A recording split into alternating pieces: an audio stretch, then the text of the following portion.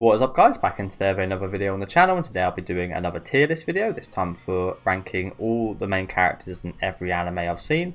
It's going to be another very long one, just like the ranking of every anime. Probably a little bit smaller, just because I've probably seen more anime. Well, every anime has got a main character, but this, I'm hoping it's a bit smaller. Although there will be multiple characters for some series in here. I've tried to keep it mostly down to just one main character per series, but for example in JoJo's obviously there's lots of different main characters, so I put every JoJo in here, for example. And on the point of saying I want to give a big shout out to Mega Turtles, who created this tier list for me. I've done it all myself up until this point, and it's a hell of a lot of work getting all the images and putting them in here and making sure their size and everything is compatible. So thank you very much, Mega Turtles. Definitely go check them out on Twitter. I'll probably leave the link in the description. But yeah, lots of anime here. Of course, some of my favourites, some shows I really don't like, so get a variation of opinions here, but and some I will have to actually look back up as it's been a long time since I've seen them. But do let me know what you guys think about the characters in this tier list down in the comment section. Let me know where you place some of these, who are your favourites, who would go in S tier and who is like a D tier character to you guys. Leave a like on the video if you guys did like, and subscribe to the channel if you do want to keep up to date with any of my reaction videos. But as I did mention, I should be looking to do more of these tier lists on the channel. Hopefully ones that won't take as long. I do imagine this will be well over an hour of a video. Okay, so I have got my anime list up here as well, because as you guys know, my memory, there's a lot of characters I don't remember the names of, and again, quite a lot of anime that is forgetful, quite average anime that I do forget, so they'll inevitably be around here somewhere. But the first of which is 86, where we've got two main characters. As you guys know, this is a story I didn't mind too much. I actually thought the setup for the story was good, but I did drop it after season 1, or part 1 of season 1. Just because I didn't find where the direction it was heading all too interesting. But I actually thought the setup for the main characters, especially in their relationship, was quite interesting.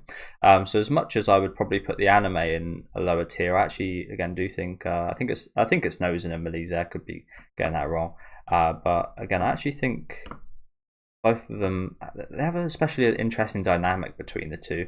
Of course, what I watched in part 1, it was all kind of sound based, and they spoke to each other over the radios. But I think in part 2, which I might end up checking out someday, I think they do end up kind of meeting and such, so that could be interesting. But yeah, again, I think setup wise they're interesting. I didn't really again enjoy where the story went with it. I thought they could actually dive into the characters a bit more, but I do know I am on a bit of an island with that. The majority of people do absolutely love 86, so fair play to you guys that do. Next up, I'll just skip over the Akudama Drive MC because I forget a name. I'll Google that in a minute. But we've got Aqua. This was a bit of contention with me and Mega Turtles of putting either Aqua, I, or Ruby on the list. I thought we'd just put Aqua on the list because even though Ruby's one of the main characters, you don't actually see too much of a story in the anime anyway. I've just finished episode, I think 6 or 7 today from season 2. And Ruby, again, has just not had nearly as much screen time as Aqua, in my opinion. Maybe she will get more down the line, but I'm going to kind of rank them together. More so, this will be for Aqua, but I guess you could put Ruby in the same bracket. I do like Ruby. And Aqua, I also think, is a B tier. Maybe I should have set this tier list up so I could... It's always kind of hard with me because I want to see where they go in terms of, like... I want a lot of them already ranked, so I know who to put above who. It's less so like there are definite S tiers, but it's less so like, yeah, that's certainly an A tier. More like, oh, they're above this person, but just below this person, they'll go in this area. If that makes any sense. But I also think Aqua's it's a little bit the same as 86. I love Oshinoko, absolutely love the story, but I feel like Aqua's a really good character in terms of bringing other very interesting characters into the story. He's got a really interesting backstory, of course, being reborn, or what's it called, reincarnated as one of Ai's babies. He's got an interesting backstory. He's got an interesting objective as well in finding Ai's killer for sure. We haven't seen too much of that in the anime yet, but that will be a massive thing later down the line, I do imagine. But as a character by himself, it's very interesting, but again, we just haven't actually seen enough of where his story goes, I don't think, to go any higher. I think again it definitely has potential to be A or perhaps even S tier, but at this point in the story, again being an anime only watcher, I think B tier is good. And now I'll go Google the main character for Academa Drive. I remember this actually being a pretty fun little show. Came out quite a few years ago, I believe. Yeah, 2020. Bloody hell, that's almost 5 years ago. This was one of the first weekly anime I ever covered as well. I remember this. No wonder. Her name is Ordinary Person. Was that her name? Was that her name while we were watching? I don't think so. I think they called her something else, but Ordinary Person. She was okay. Again, not very memorable to be honest with you. I've also seen her design, like almost exactly the same design for a few other similar type kind of cyberpunk shows. Yeah, again, the fact that I don't remember her. See, I don't want to put her in D tier because I don't remember her, but there's nothing kind of outrageously bad what I remember either. So I think C tier's good for Ordinary Person. Again, this just kind of comes down to a memory thing, to be honest with you. Nothing really sticks out of me about her, kind of her as a person or her storyline. So I think C tier is probably fair. Again, that one may be questionable because again I haven't watched that in a long time. But next we got Kiriyama Rei from Sangatsu no Lion, who's going to be a tough one to place because I think his story is brilliant. As a person, very relatable. And I just love him. I love a lot of the characters from this series. And yeah, seeing him progress throughout the season is just amazing. I want a season 3 at some point because I know there's more material. But yeah, loved Sangatsu no Lion and loved Rei Kiriyama. It's just whether he goes and see, that's the thing. It is either going to be really high A tier or bottom of S tier, so he might end up moving at some point. I'll put him in A tier for now. And yeah, we'll see later on if he moves up or down the list. Next up, which is probably going to be a controversial one, because don't get me wrong, I don't know where I'm placing any of these before I click on them, so I don't know if it's going to be controversial, but Izuku Midoriya, who I think is probably also B tier. I guess a tough one because I've seen a lot of My Hero Academia. It's got 140 plus episodes. I like Deku. I like his kind of story of being just like an ordinary kid and being given this power. There's no conclusion to it yet. I also do feel like I might have a bit of a bias towards characters that we've seen their conclusion of and we've seen where all the development and such does lead to. Again, for example, Aqua and to some extent Kiriyama, we don't actually see where they kind of end up and the story isn't kind of full yet. It's kind of the same for Midoriya, although I'm really near the end game of My Hero Academia now, and I like him as a character. Some people found him really annoying. I think I never really found him annoying. He like cried a lot. People don't like seemingly people don't like seeing other people cry in anime, which I find kind of strange. But yeah, pretty good backstory. He's got some good moments throughout the series. Again, nothing exceptional. I feel like again these characters perhaps have like an opportunity to be kind of exceptional, but I feel like this is there's not too much more they can do in My Hero Academia with Deku in terms of like putting him for me anyway, getting him like higher up in the tiers here. But he's a solid shonen main character for sure.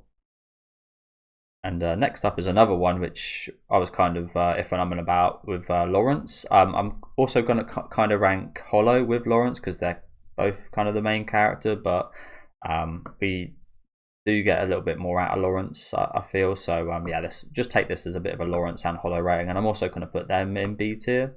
I think it's a very interesting dynamic. One of the only anime I've seen that kind of focuses on merchants and is very business heavy. The B tier is very heavy right now, isn't it? But again, I love their relationship. I love the looks into, especially Hollow. I think Hollow is. I probably should have put Hollow instead of Lawrence because I do find Hollow quite a bit more interesting. Of course, with the nature of what she is, that seems obvious. But again, I do also appreciate these Lawrence segments and seeing him kind of grow towards Hollow. Again, I'm only on the first season of the new series of Spice and Wolf, so as with other characters, like I mentioned here, I'm only really at the beginning of Lawrence's story, I believe. So it might be kind of unfair to rate just yet. So I'm kind of putting him in the mid tier here. Again, definitely has possibilities of going higher or lower depending on how things go. Next up is an anime that, again, I've got, well, I think it's quite a controversial anime in general, isn't it? But I've got very, I wouldn't say strong opinions of, I've got very mixed opinions of, because I love Monogatari, I love the stories it tells. You guys know the parts I hate about it is like the fan service and, yeah, mainly the fan service and the weird fan service and stuff, which was prevalent in especially one season, which I think was focused on his sister. I forget what it was called, but I haven't finished Monogatari. There's a new season that just come out, which I haven't watched, and I think it's the final season I also haven't watched. But other than that, I've seen pretty much everything. And I think Araragi is a really, really interesting character. Like I said, all the characters in this series have very interesting stories. You could say they're kind of all main characters in a sense, because they all almost get like, I mean, obviously not, but they all even like the side characters get what a main character's kind of depth would usually be, but Monogatari kind of gives it to the side characters as well, if that makes sense. It's just like that well written. And it's been a while since I have watched Monogatari, but I remember really liking Araragi. Again, weird tendencies, holding back a bit, but again, as a character, and a little bit like Aqua as well, kind of bringing other characters to the limelight. I think he's actually a fantastic main character. And next we'll move on to Nagisa from Assassination Classroom, which I feel like, again, it might be a controversial one. I think he's going to go C tier. I don't, maybe it's come from a part of like I don't relate, but with his like backstory with his mother, like him being a girl and such, again, I don't really relate to whatsoever. That might be more relatable to people nowadays, but yeah, I never really related heavily to his character. I never really kind of, I liked Assassination Classroom in total, but I think that was again because a lot of the side cast kind of brought up a bit as well. But I never really felt like I never super rooting for him. I never got super hyped for Nagisa or anything when something happened. He was just kind of a bit of a rock of the mill main character, run of the mill main character, I meant to say. Yeah, probably an unpopular opinion there, but he's just kind of your standard shonen main character in my opinion. Next we'll move on to Thorfinn, who again I've only seen season 1 and 2 of Vinland Saga, so there's plenty more story for me to actually get through, but I think he is our first S tier character. A lot of people dropped season 2 of Vinland Saga because of the change in story and tone, but my god, I absolutely loved the change in from season 1 to season 2. Love seeing Thorfinn just go from absolute savage, almost like a wild animal, to a pacifist in season 2 farming, and yeah, I don't really have to say too much. It's just top tier kind of character progression, and again, we haven't even seen the full story. It could go down, who knows, but for now, Thorfinn definitely S tier. One of my favorite character developments, and one of my favorite main characters. One of my favorite characters in general in anime. Season 2 was just an absolute blast. If it was season 1 Thorfinn, it would probably actually be a little bit lower, maybe towards the top of B tier, maybe lower A tier. But and those season 2 developments just were amazing.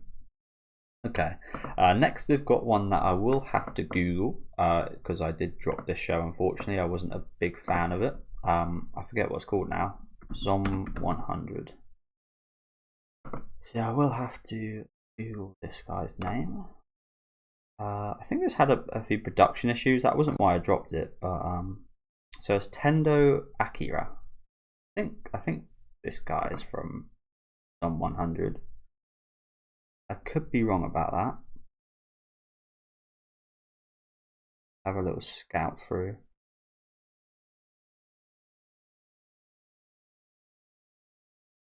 Oh, there's quite a few dupes on this list, so the dupes actually make it look a little bit longer than it actually is.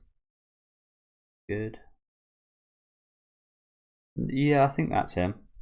So again, another kind of run-of-the-mill main character, to be honest with you. I thought the first episode of the show was really good.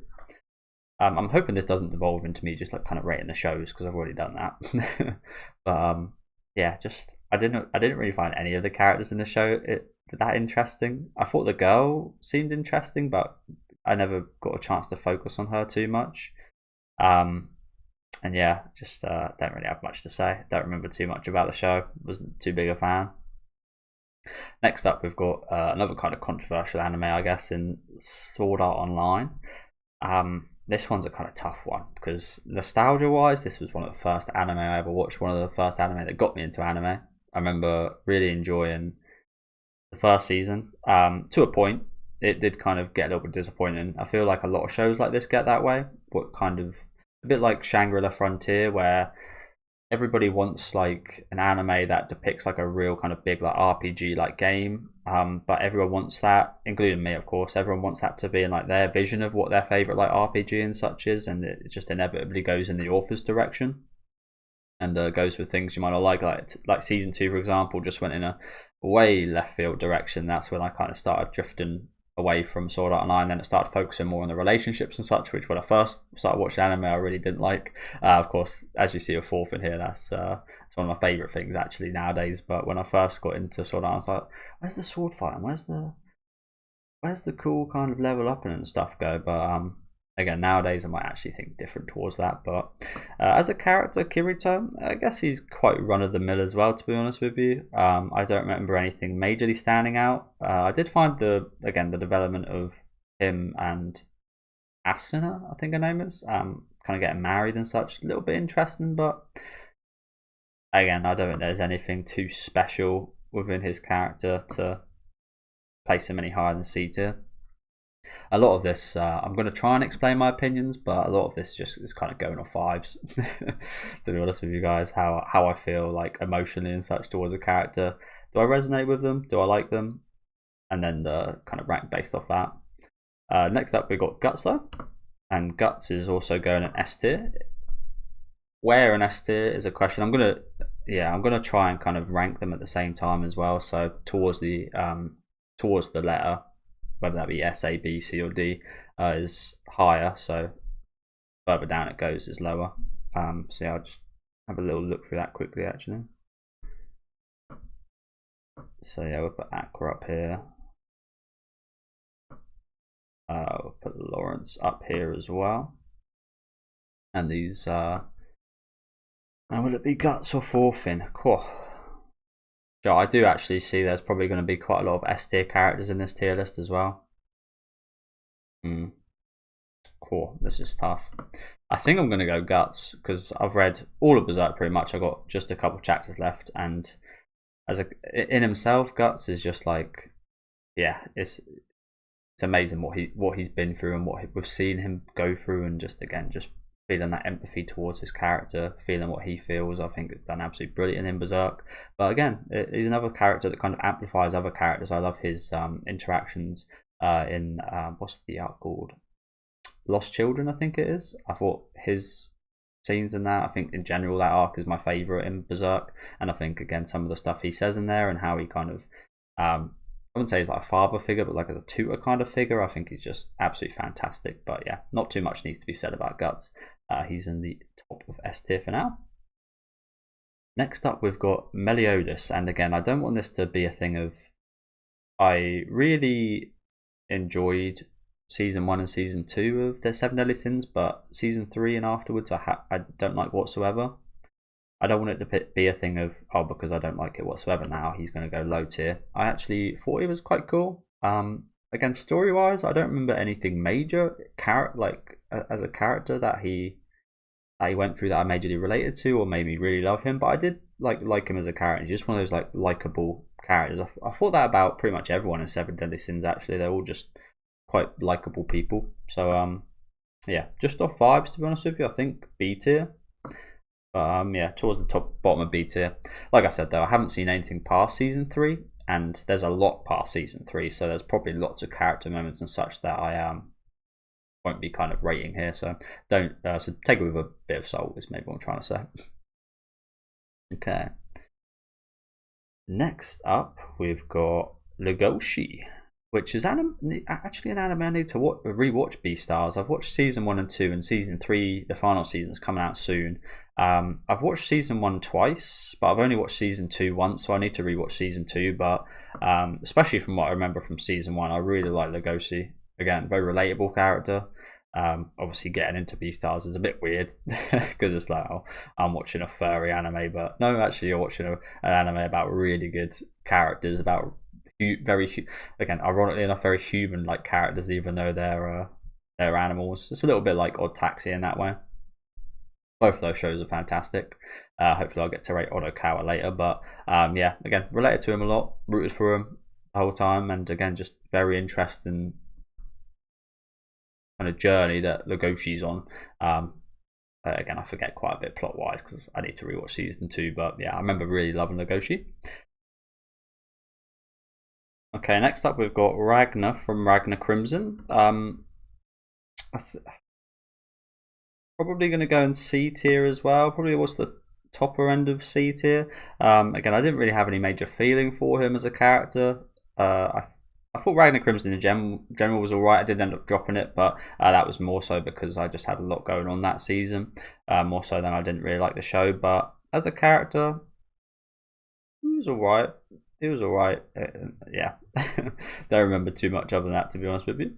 Next up, we've got the girl from Spirited Away. I can't remember her name. Apologies, I've only watched the movie once, and this is one of, if not the only Ghibli movie. I think I've seen about 10 minutes of Howl's Moving Castle. I think it was the one with the wolf. I don't know if it was Howl's Moving Castle. I don't really know. Watched about 10 minutes at the start of that with my friend once. But yeah, this is the only Ghibli movie I've seen. Was it Spirited? So yeah, don't know her name whatsoever. Really enjoyed the movie though, especially style wise. I thought it was fantastic. Spirited Away. I was obviously a little bit worried. It's only 2001, but it was a little bit older, so I was a little bit worried. But again, the animation I thought was absolutely amazing in this, and the story was really good as well. Again, it's been a little while since I have watched it, so I don't remember too much. I remember this guy especially, this little hungry bastard. But yeah, I don't remember too much kind of story wise, but I remember liking her as a character for sure. So I'll put her towards B tier. Again, this is mostly from a memory thing, to be honest with you. It's been a long while since I did watch this, so apologies about that one. We next got Naofumi from Shield Hero. Again, another kind of run-of-the-mill main character. I really didn't like season 2 of this show. Season 1 was okay. Season 2 was just bad, and it wasn't even bad, it was just boring is the thing with season 2, and I think boring is even worse than being bad. And yeah, as a main character, again, just kind of your run-of-the-mill main character. I remember there being a few interesting kind of situations, but it was never explored how I wanted it to be explored, especially from like Naofumi's point of view. So yeah, I think he'll go towards the midsection in what is pretty much kind of the mid tier. We've then got what's his name again? I forget. From Denji from Chainsaw Man. Again, I've only watched the anime, so I've only watched 12 episodes of the show. Haven't really got a sense for, well, I know who Denji is as a person, but I haven't really got a sense for him as a main character yet. I remember liking him more than everyone in C tier, so I think he will go in B tier, but towards the bottom of B tier. Again, might be a time thing. I just haven't had enough time with him as a main character, so still plenty of material left to cover from Denji, but I don't again remember relating too much. I think I remember having quite a like filthy kind of start of things, and he ended up eating Pochita. But again, as a character, there's a lot of interesting characters in Chainsaw Man, but I haven't really delved into enough of his story or him as a character to go any higher than bottom of B tier. Next up, we've got, I don't know who the fuck this is. I've had a little look at some of the characters on this, and there's a few I don't know who the hell they are. I don't know who this guy is, for the life of me. If any of you guys know who this is, let me know in the comment section. I'll put him on the bottom of the tier list for now, so we don't have to worry about him till later. Okay, we've next got another one. We've got Luffy from One Piece next, who I would say I've only just started my One Piece journey, but I'm on almost 600 episodes now. But I did start it a fair few months ago, and I absolutely love Luffy. I love him as a captain. I just love how kind of carefree he seems, but I also love the moments in the series where we actually get to see him be a captain and kind of step up and actually fulfill his role and make hard decisions. Again, I'm up to 600 episodes, so maybe slight spoil. There's gonna be spoilers here for all the characters, so Yeah, seeing his reaction to his crew kind of dying, and yeah, seeing it training, seeing Marineford with his brother, and yeah, I think it's Marineford. It could be a different name of the arc, but you guys know what I'm talking about. S tier character. It's just where he probably bottom of S tier. Again, I've still got lots to explore with Luffy, to be honest with you. Even though again I'm 600, I've seen much more of Luffy than anyone else probably put together. But I feel like again there's still a lot more for me to actually see from Luffy. Over 500 episodes worth of show. So yeah, I think bottom of S tier is good, just below Thorfinn and Guts. Again, as a variable for change as a lot of these characters do. But yeah, S tier for sure. Absolutely love Luffy. Again, just purely vibes, S tier. But again, he's actually got some good writing and backstory, and yeah, just great character in general, to be honest with you, which I wasn't expecting. Again, when I first went into One Piece, I was like, yeah, it's just going to be a classic, bubbly, kind of fun character. But no, actually, you get quite a deep dive the further you go into the series with Luffy. Also, Megatales, who did create this tier list for me, has helped me out a lot with kind of understanding things of One Piece as well, learning a bit more than I would just watching it by myself. But next up, we've got another character that I didn't recognise, but I think he's the main character of Shangri-La Frontier. I'm not sure my friend has watched Shangri-La Frontier, so I was like, who the hell is this guy? But I think this is the guy like behind the screen, because you don't see a lot of him in Shangri-La Frontier. It's all pretty much like game based. And for his character, I remember again not being anything special, not very interesting. He's just again just almost like a tool to see for you guys to see the world, if that makes sense. Like he is who you're him, and you're kind of just playing a game, and you don't really care too much about the main character in terms of who he is or story wise. It's just again what he's getting involved in the game. So yeah, C tier, and pretty low in C tier, I think. Yeah, I think that's about fine. I kind of feel bad for Ordinary Person, because I feel like she probably is actually quite a little bit better than any of these characters, so we'll just shove her up here, even though she's probably the one I remember the least of. Next up, we've got the main character from Kawaii something. Tonikaku Kawaii, I think it's called. I thought the show was alright. It was a little bit slow for me personally as a kind of romance type show, especially with the premise of them getting married so quickly. It just felt a bit slow considering that being the premise, which is quite ironic. But yeah, his name's Nasa. I remember him actually being a nice guy, and I was kind of rooting for him quite a bit. Again, as an anime in general, I didn't really care too much. It was more so the side characters and that kind of stuff, where it kind of takes away a bit of attention from the main cast, which I don't really like quite a lot of the time. There's exceptions to that, of course, especially shows like Kaguya-sama. But again, I actually remember quite liking him. He was on a maybe similar wavelength to me. I feel like we'd get along quite well. So yeah, I think we'll put him just towards the end of B tier. And then we'll move on to, oh, what was this guy's name? This crazy bastard. Oh, I remember this show. I don't remember the name of it. I should probably just get up my my full list here. But what was the show called? It was like some kind of like, it wasn't like a death game, but it was like some like punishment game type deal. I forget what it's called now. I just have to look at all my anime. Might take a minute here, guys. But yeah, this guy had some major issues. That's what I remember. See, it's annoying as well, because it's one of those like one-off anime that you skip past really easily when you're like looking down a list like this.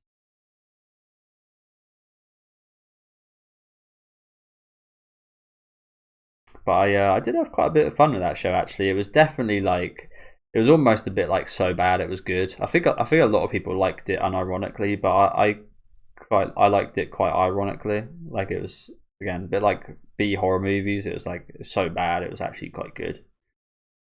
It was like so over the top and extra during some moments. It actually made it much better than it would have been if they tried to kind of not, if they purposely tried to do that, if that makes any sense. Yeah, I probably skipped over it, haven't I? I've got absolutely no idea what it's called.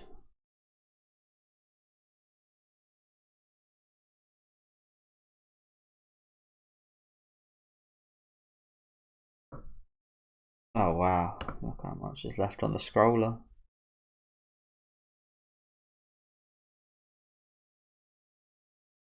Tomodachi Game. Okay, I found it. Okay, nice. Right towards the end. Where is it? Katagiri Yuichi. I was gonna say Yuichi. Yeah, it was. This was a fun show. Again, I think it is. That's the thing. I don't know if people are being ironic when they do say they like really love the show, or if they're not. But I thought it was quite fun. Again, a bit like a B horror movie. As a main character, strange guy. It was quite fun though. That's the thing. I don't really care for him. His backstory was all right, but just like again, just like some of the extreme kind of fate, as you see here, some of the like extreme facial expressions and just like how hard they tried to make him seem like some kind of crazy evil genius. Actually, like it would have the negative effect maybe on a normal person of being like, oh, it's kind of cringe, but it was almost like it was so cringe and so extra. Actually, quite good. I actually quite like him. So we'll put him in the B tier. I'm just like Meliodas, I think. Okay, next up, we've got this girl from what's the anime called? Jellyfish Can't Swim in the Night. I think it's called. Yeah. And I only finished this the other week actually. I paused it because my videos all got copyright struck, so I ended up deleting them. Her name's Kano, and I didn't really especially like where the anime went. It started off amazingly. I absolutely loved it. It was a bit like Wonder Egg Priority in that regard. I loved the start of the show, and even the midsection was actually really good as well. Set up some interesting story bits, but then it just kind of fell off a little bit. Yeah, I didn't like the ending nearly as much as like the last third was just nowhere near as good as the first 2/3 in my opinion. But she was a very interesting character. Loved hearing more about her relationship with her mum, seeing her kind of journey from a kind of disgraced idol in a sense to kind of recreating a little bit of magic with the other girls. You could say any of the girls are main characters in this series, but I think this rating could go for all of them, and I will put her towards the top of B tier. Yeah, I think just above Lawrence, just under Ak was actually fair. And it's especially good considering again only 12 episodes worth of. I mean, 12 episodes is a lot. Don't get me wrong, but especially because that focus was split up between 4 girls, I think the storytelling, like I said, especially in the first 2/3, was so good for all of the girls. Set them up beautifully. Next, again, probably another controversial one here. Tanigaki Takemichi. Takagaki. I forget. Takemichi. Tanigaki Takemichi. I think that's his name. I absolutely love Takemichi. Again, I know like probably objectively he'd probably be lower down on these lists, and probably lots of other people would put him lower down on this, but just like with Yuichi here, he's got that kind of, it's so cringe and he cries so much, but it's like it's so good. I love it. Don't know what it is, I just love the spirit. This is like just pure vibes with Takemichi. Like again, character wise, writing wise, it's not excellent at all. He would be lower down, but he's just got that kind of awesome vibe which I really like. I love people like him, both in real life and in fiction. So he's going up here. And don't get too offended, because again, this is almost like a bit of a guilty pleasure kind of pick of mine. He's going S tier. No, he's not going S tier. I will be, again, a little bit objective here. But again, mostly just kind of going off my own vibes. Honestly, he might be going in A tier. I'm going A tier. Again, this might be blasphemy to all you guys, but again, he's just got that kind of, in a main character, I want again someone that is just non-stop. You just can't look away when he's on the screen, if you know what I'm saying. You never know what's going to happen next. If he's going to burst out in tears, if he's going to go and try and fight some massive dude while he's just absolutely useless. It's just, yeah, he's one of those characters where you just can't look away from the screen when he's on, and that has its own value to me. Yeah, next up we have again got Wonder Egg Priority, which I did speak about a little while ago when I talked about Jellyfish. Again, it's been a while. The main thing you remember from this series is that absolutely terrible special episode that was meant to finish off the series, and it was just awful. It's like Aliens, and it's not. It's like Aliens, where it's a sci-fi horror movie, but there's like some really awesome AI and kind of robot kind of talk and stuff in there about the negatives and positives of artificial intelligence and making it so human-like. Whereas this tried that and it absolutely fucking failed. Like, I can't even remember what was going on. I think there was like some girl robot thing at a grave or something. Like, it just went way off the deep end. And yeah, it was just like, it started out so good. All the characters wonderfully looked into, again, very much like Jellyfish. Like, really, a lot of work really put into the characters, and just all for nothing at the end. But again, just ranking them off characters, you can see here the original series got 7.5, and that ended off pretty bad as well. So I think that was sitting at like an 8.5 or something really high rated when it was first started airing, and then that went down to a 7.5, and the special is at a 5 rating, which is awfully low for a series like this. Remember the production it had. But yeah, her name is Ai Oto, and I remember her being very charming. Again, backstory I thought was brilliant for all the girls. Loved their relationships. Again, it is very much a lot like Jellyfish. Maybe Jellyfish kind of copied them in a sense. But yeah, really liked her character. Again, unfortunately, just because the conclusions were terrible, we'll have to go a bit lower. Like, some of the characters in the show really did have potential to go like S tier or high A tier, but yeah, don't really know what happened. Don't know what happened at all. I think top of B tier is fair. You know what, actually I will just rate her a little bit lower, put those two together. Okay, so next up we've got Sakura from Windbreaker, who I thought was a decent main character. He's just a kind of usual tsundere. Don't know too much about his backstory of sorts, but and I've only watched about, I think, 11 episodes of Windbreaker. I think there is more source material, but he's a solid main character. Again, there's nothing that majorly makes me kind of relate to him or feel massively for him, but I like where his story's going so far. Again, it's kind of hard to judge with season 1 being so short, but I will put him in C tier, and probably top of C tier, because again, he's got quite a lot of potential to actually go up the tiers. Of course, again, can go lower as well.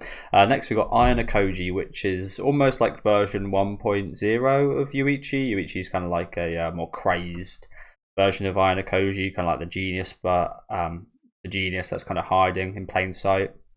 And I like Ayano Koji. Again, it's hard to relate to him because he's not exactly a relatable guy, but I like the little bits of backstory we have gotten from him so far.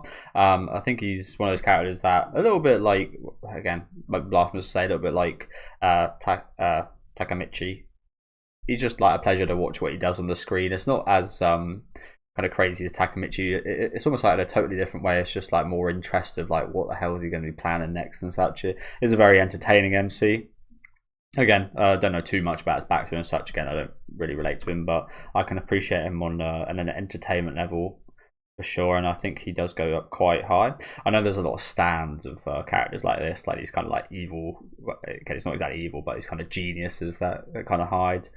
Maybe people relate a lot to that type of character, but I'm not one that relates too much to him. But again, even so, I think he is very entertaining. I think you do get a certain stigma for liking characters like him as well, I think. But, where does he go? I think we'll put him just above Lawrence here, towards the top of B tier. Next, we've got the main character from Tokyo Ghoul, which is an anime I need to rewatch. So this one is going to be, again, not. I wouldn't say it's not a real rating, but I haven't watched Tokyo Ghoul since I started watching anime. Again, just like Sword Art Online, it went for me kind of like Sword Art Online, Death Note, Tokyo Ghoul, always heard was really good, and I did like it, but again, I don't think I was able to really appreciate it like I would be able to nowadays if I did watch it. But yeah, I thought there was a lot of brutal scenes of him in. I like the story of him getting turned into a vampire. And I think it's a vampire. Like I said, it's been a fucking long time. A ghoul. Oh well, yeah, a ghoul. But I think vampires turn people into ghouls. Again, I don't really remember how it works and such. But yeah, I remember he was. I was rooting for him. Again, I didn't massively relate to him or anything. But I know that's the thing as well. I haven't read the manga. Maybe that's what I should do, to be honest with you. Maybe instead of actually rewatching, like now that I've actually tried reading manga and I enjoy it, maybe I should actually go and read the Tokyo Ghoul manga, because again, I always hear such praise for it, and I imagine the people that have read the manga would probably put them in the high tiers. But again, as an anime only that hardly remembers the anime, again, I remember like the chair scene and that whole episode and such, and I remember the start a lot, but everything from like everything in between that is a little bit of a muddled mess for me, to be honest with you. Yeah, maybe maybe I should actually go ahead and read the manga. Yeah, even so, I think we'll put him. I like seeing the journey he goes on again, especially in that chair episode that I talk about. That's you really see him kind of develop during that scene, but we'll put him in the B tier. I think he's better than everyone in C tier. I think we'll put him, yeah, towards the lower end of B tier. Next, we got what probably will be a controversial one in Goto. I forget her name. Hitori Goto, perhaps. I don't know, but yeah, I've only watched 3 episodes of this show, so this is again not a real ranking. But I just really, it's not like I couldn't stand her, but I just couldn't get behind her. She's meant to be super relatable. I'm an introvert myself, and she's meant to be like super relatable, super kind of shy, and but it just went a bit overboard for me, honestly. She was too like, yeah, it was just a bit too much for me. It was just, again, I know it's a very unpopular opinion. Lots of people love this show, but I just felt it was just a bit, again, just too much. Just I couldn't deal with how kind of stressed out and how shy and how embarrassed and such she was the whole time. Again, I understand what they were going for, but again, I think they went maybe a bit too overboard with it. Might end up checking out again one day, because again, a lot of people seem to absolutely love this show. But for me, on an entertainment level, I'm going to put her in the C tier, because I know she's probably a very well written character. That's probably why so many people love the show. But yeah, I can't actually put her any higher than C tier. So yeah, probably a controversial one again. I imagine a lot of tier lists have her in the top tiers. Next up, we've got Itsuomi, and I think her name's Yuki from Yubisaki to Renren. I can't remember what the English title is, so apologies. But I think I got, again, another bit of a personal bias. I mentioned that earlier. I'll try not to keep this personal bias in there, but with Jellyfish Can't Swim in the Night, they copyright striked all my videos. Yubisaki to Renren also copyright striked all my videos and got me banned for a little while. So a bit of personal grudge against those series, and obviously won't be covering them on the channel anymore. But I really like both of these, especially their relationship. Again, it wasn't majorly complex, but just had that kind of warm, fuzzy feeling. And as main characters, they were fun to just watch, doing kind of slice of life stuff. So I can appreciate that quite a bit, and they will be going in the B tier. Where in the B tier? Funny enough, to be fair, I've watched more of Spicy Wolf than I have of Yubisaki to Renren now, and I think I do prefer Hollow and Lawrence's relationship already. I think they're definitely under Lawrence and Hollow. Again, you just got to kind of imagine Hollow's in that picture of Lawrence there. So I think we'll put them just below the main character of Tokyo Ghoul. Next up, we've got another interesting one, which, okay, with this one, you know what's coming. I'm just going to ignore season 2, because I don't remember a thing from season 2. Not a thing. I remember the ending episode presentation, PowerPoint presentation that they show in the ending episode, and that's all I remember from season 2. It started out pretty interesting, actually, season 2, with the whole being on the run, but just went absolutely nowhere. Just went absolutely nowhere. But yeah, Emma from Promised Neverland. I fucking loved the first season of Promised Neverland. As a big horror fan, it was like almost perfect. I really love horror movies. You see a lot of like talk about Halloween. Halloween has got almost no gore in it. I love horror movies that don't really have. I love gore and all that mess, but I love just the tension and the mystery and stuff like that. I love mystery shows. You'll see again later on here. There's a couple of characters from like Higurashi, for example. I got here. I love series like that, mystery kind of horrors. And the tension in this one was just absolutely insane. The story was great. The characters are fantastic. Emma was an awesome main character, interesting, had a fantastic relationship with Norman. Is it Norman Noland? It's been a while since I did watch season 1. And the black-haired guy whose name I cannot remember, so apologies. But yeah, she's a fantastic main character. A tier for sure. I'll put her second in the A tier. I really like Emma. I really like all the characters in Promised Neverland, all the main ones. Even though I don't remember their names. Okay, and next we've got Fuko. I don't believe Andy's on this list. But, no, Andy's not on the list. So yeah, just Fuko. I guess I'll rate Andy alongside her. Again, they'd probably be very close if they were both on here anyway. I really like Fuko. Love her backstory. I think, yeah, I don't know everything about Andy so far, so it's probably actually best that it's just Fuko, because we do pretty much know everything about Fuko, don't we? Loved her going through Andy's old memories as well. Or what was the guy's name? I forget the guy's name who is actually Andy. The guy before Andy. I forget his name now, but Victor, that's the one. Loved her going through his memories and such, and loved her backstory again. Like I said, the first episode was absolutely fantastic. Got me hooked right from the start. And yeah, just another character again. You just like kind of smile on the screen whenever she's on. She's really fun, really cute. And she will be going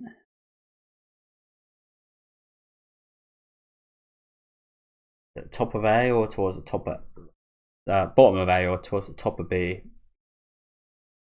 I do love a bit of Undead Unluck. I think the show's great, especially for like a shonen show. I think it's really well written. Funny enough, a lot of the side characters I really enjoy as well. Maybe more so than some of the mains.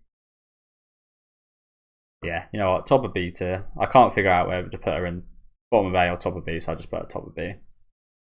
Okay, next is another character whose name I can't remember. From Vampire Hunter D, which I watched about a year ago, I think, and I really enjoyed it. I think there's lots of Vampire Hunter D material. I think it's got a lot of source material, and I think there is a few movies. I've only watched this one movie though, Vampire Hunter D Bloodlust, and it was fantastic. Nice and gothic. D. Okay, easy one there. I really like the end of that movie as well. I thought was really great. Yeah, he was pretty cool.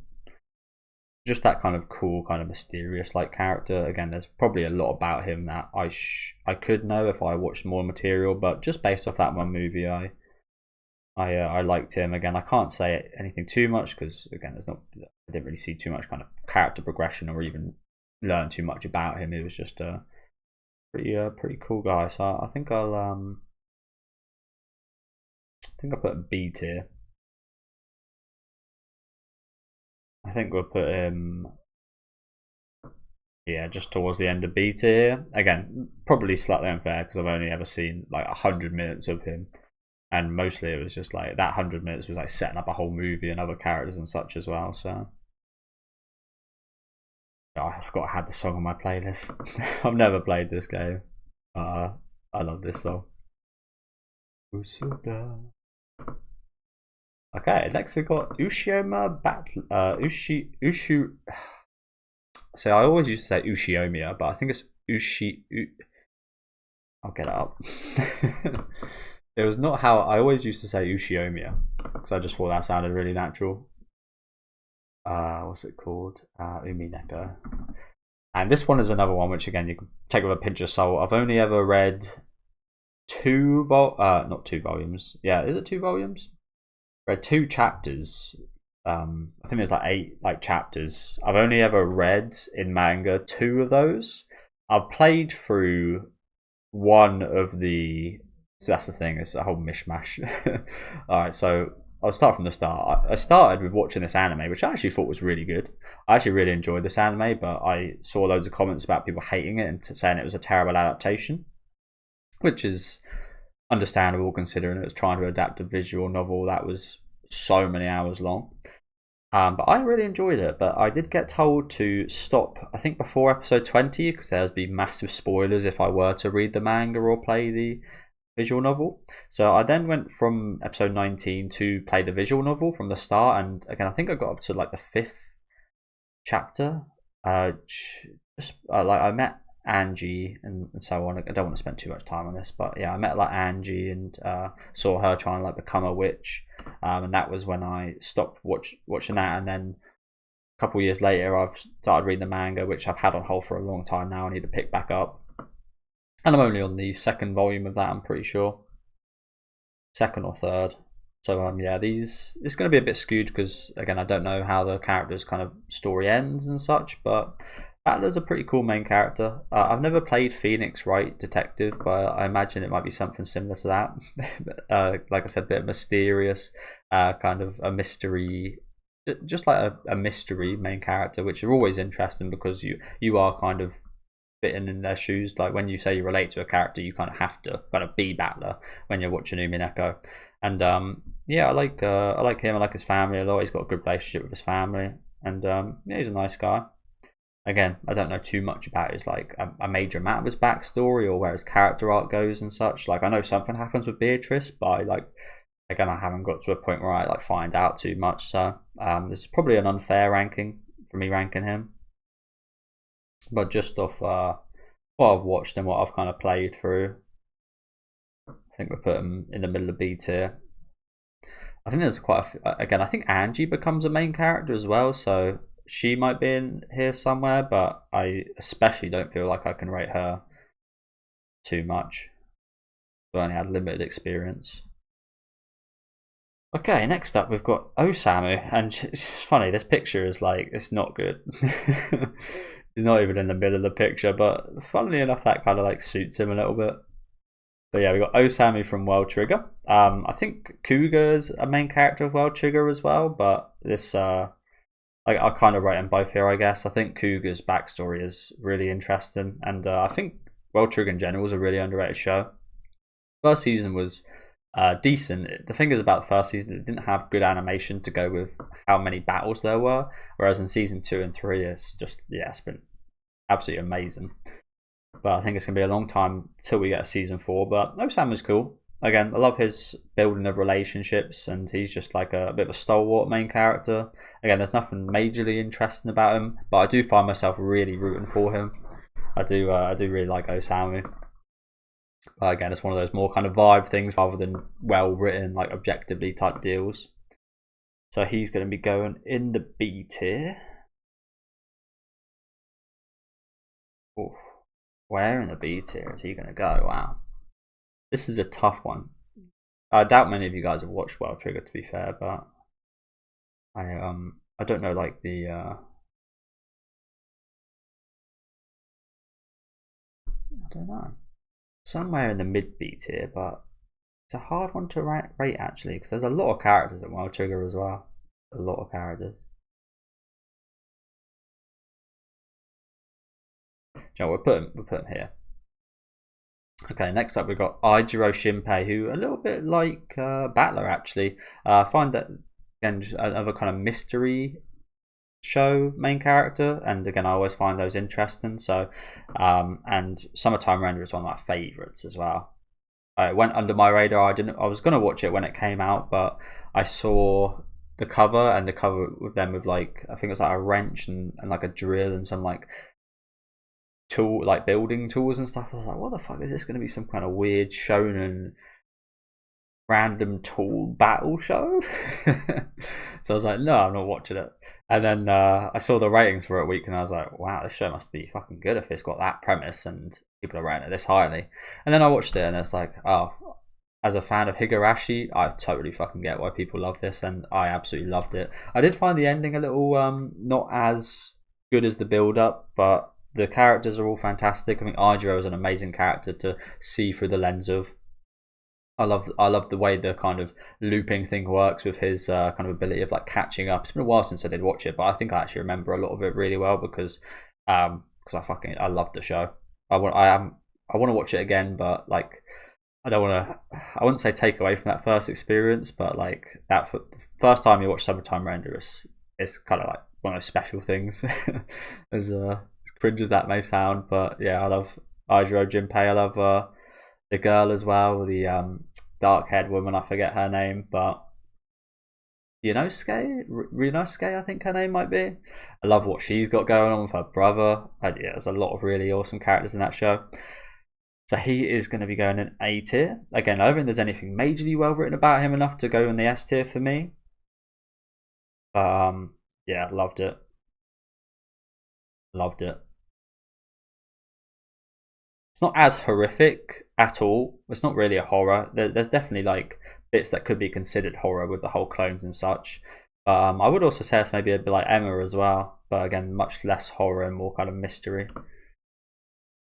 I'm gonna put him just below Rei Kiriyama. Next up, we got Frieren. Again, this is a show where you could have a few main characters, but yeah, we'll go with Frieren as the main character, and love Frieren. Another absolutely phenomenal show that came out recently. Love her backstory. Love the fact that I say I love a lot, but I love how they tie, like, just the name of the show just encapsulates it perfectly. Frieren, beyond Journey's End, of just we're on a new journey, but we see so much from the old journey we went through, and the progression from who she was then and how that journey shaped her to the journey she's going on now, where she's actually teaching the students of. It's just phenomenal. It's just phenomenal writing, story wise, character wise. I mean, as a person, you could say she's maybe quite like mundane in a sense, but she's got so many cute moments, so many wholesome moments. She's an awesome teacher. Like, I think she's got to go S tier, bottom of S tier, but plenty of time for her to actually go higher up as well. That's the thing. I don't think Frieren will go any lower. I think it can only kind of go up with Frieren because, yeah, what a show. Gonna have to have a drink now because I can hear my voice going a bit nuts.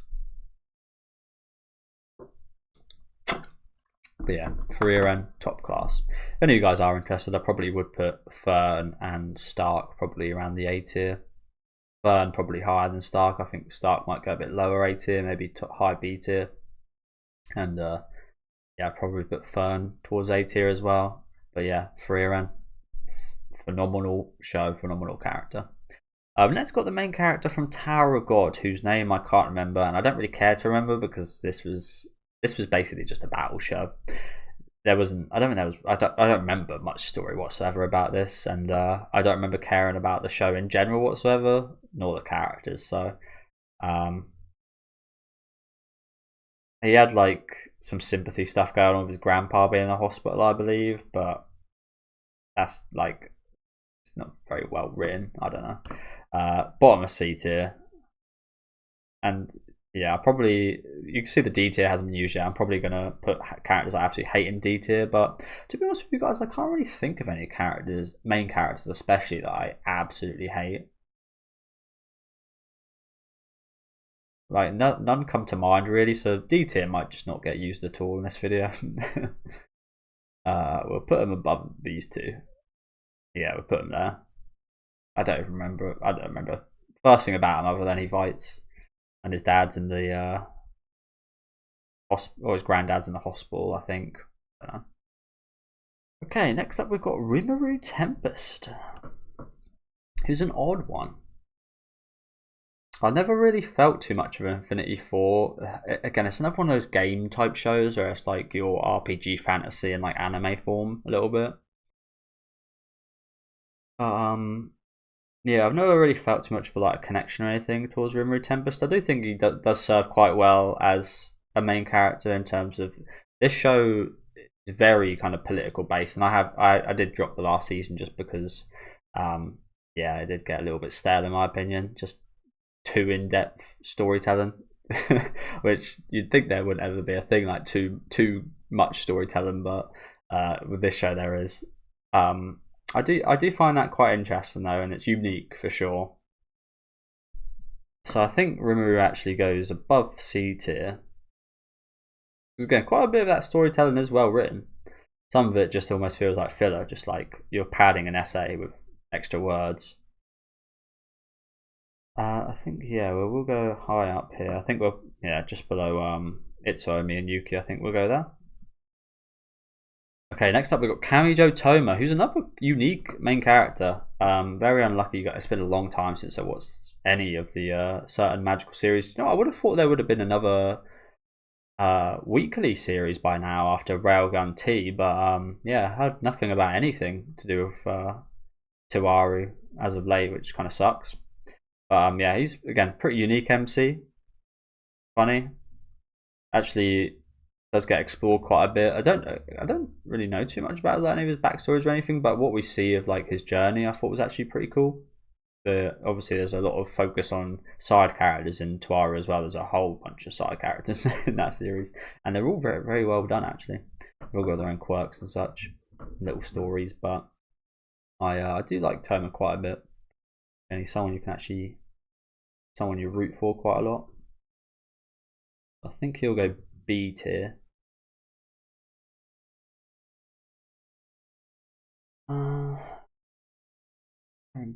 Do you know what? I do need to take down these 76 characters. 86 characters, my bad. I've been calling it 76 this whole time. That's just me not liking the series, wanting to take them down. Jordan, as characters, they are there. Okay.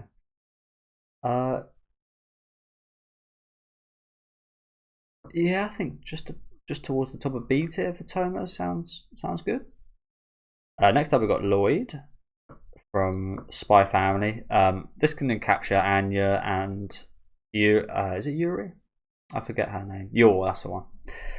This can encapsulate them as well. I kind of grew out of love a little bit with this show. I really enjoyed it at the start, and I thought it was well done for what it was. Again, it was just like a simple kind of adventure-ish shonen type show. And then I did what kind of spoiled my show was actually reading the comments from the creator saying that this is all like he didn't even care about his character. I'm paraphrasing here, but he didn't care about his characters and they were just like tools to pretend to be cute. This is especially about Anya. She is just like, he didn't like her and she is just a tool to kind of win people over and be cute. And ever since that, I kind of like, it kind of took a lot of love out of the show, took the soul out of the show a little bit for me. Lloyd is a pretty cool main character though. I do like Lloyd. But yeah, Yor and Anya especially, I really don't like as much. Yor because they just don't give her enough time. That like she doesn't nearly have enough screen time. I haven't watched the latest movie. Apparently, she stars quite a lot in that. So, and at the end of season 2, she was a big part. But even so, they just don't spend enough time actually showing how badass she is. And Lloyd is the best of the three, I do think. But even then, they just all kind of feel a little bit soulless. I did find it quite cute and wholesome at the start, but again, that's kind of got taken away from me. If you never heard of that, you're probably yeah, maybe better off not knowing. But yeah, I think put him in. I think there's nothing actually majorly too interesting about Lloyd. Like, I don't really relate to him because I don't have a wife and a kid. I don't work for the government. I do. Again, it's pretty cool, but yeah. This thing, I don't think I can put him below these people. This is interesting, because I might need to reorder things quickly. Actually, do I? Yeah, you know what? Bottom of B tier. I think bottom of B tier is fine, actually. Okay, next we've got the main character from Skip and Loafer, Iwakuni? Imakumi? I don't remember. Iwa something, I think. How was it? Skip. And again, you can take this. You could take me as ranking both her and the male main character together as well. Because again, they probably wouldn't be too far apart. I really like this show though. I hope it does get a season 2. Iwakura and Sosuke. There we go. So yeah, you can take me as Ren, both of those two. I think she's again. I don't think she's well written, but again, we don't know too much about her. We only had 1 season's worth of content. Again, would love to see more because I really like the show. But just in terms of like quirkiness and just like again, having fun with her on the screen, I think it's very high. Like, I find she's got a lot of really cute moments. She's so innocent. I think innocent is the word that describes her best. And yeah, she's really charming. I love every minute with her on screen. And yeah, as I said, really like Skip and Loafer. So hopefully season 2 soon. It didn't come out too long ago, so it might be a little bit of a wait, but that's a show I really enjoyed. And yeah, she's a very fun main character. She's a little bit like Goto, I guess you could say, in a sense. But again, Goto is just like Iwakura is like 20% on like the shyness kind of introvert scale, whereas like Goto is just like at 1,000. It's just like too much for me. Where it's just like it's a little bit irritating to watch because like, yeah, I'm like that, but I wouldn't ever be like that. You know what I'm saying? Like, is anyone ever like that? Like that, but not in the hospital or not in like a crazy room or something? It just, yeah, sorry. It's a little bit insane to me. But yeah, she's definitely going high up here in the B tier.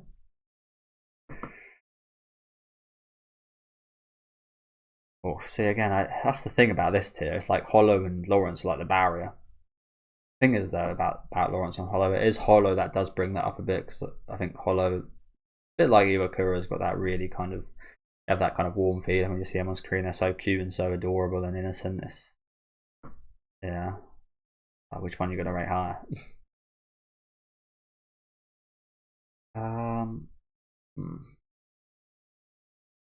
Tough man. I will put her just below, I think. Okay, next we've got a really interesting one from an anime I've seen twice, but not in a long time. Steins Gate, and I think his name is, oh, it's gonna be a nightmare. What's his name? Okabe. What's his other name though? I forget his other name. But yeah, Okabe from Steins Gate. Again, you probably could have a couple characters. The red-haired lady, whose name I actually do forget, so apologies. But could have her as a main character as well, I guess. But love Steins Gate. I watched it once. Well, to be fair, yeah, I've watched it 3 times. The first time I watched it, I dropped it, and I thought it was really boring. I just couldn't understand it. But then I actually watched it a second time. I was like, oh my god, you know what? This is actually genius. The like the way they do the time travel, and I think especially some of his reactions and how he deals with rating and then fixing the issues, I think it's brilliant. I think it's very easy to get away with not having a very interesting main character in a show like Steins Gate, but the fact that they actually had really good story writing for the characters as well amplify that show up a hell of a lot. It reminds me a little bit of a movie called Time Crimes, which I very much suggest you guys watch if you're a fan of time travel stuff. I think it is in Spanish with subtitles, so there's that, but it's amazing. There's not too much that relates between the two, but they're both 2 of my favourite kind of time travel things. So if you enjoy Steins Gate, definitely check out Time Crimes. He is going in the A tier. Oof, where in the A tier?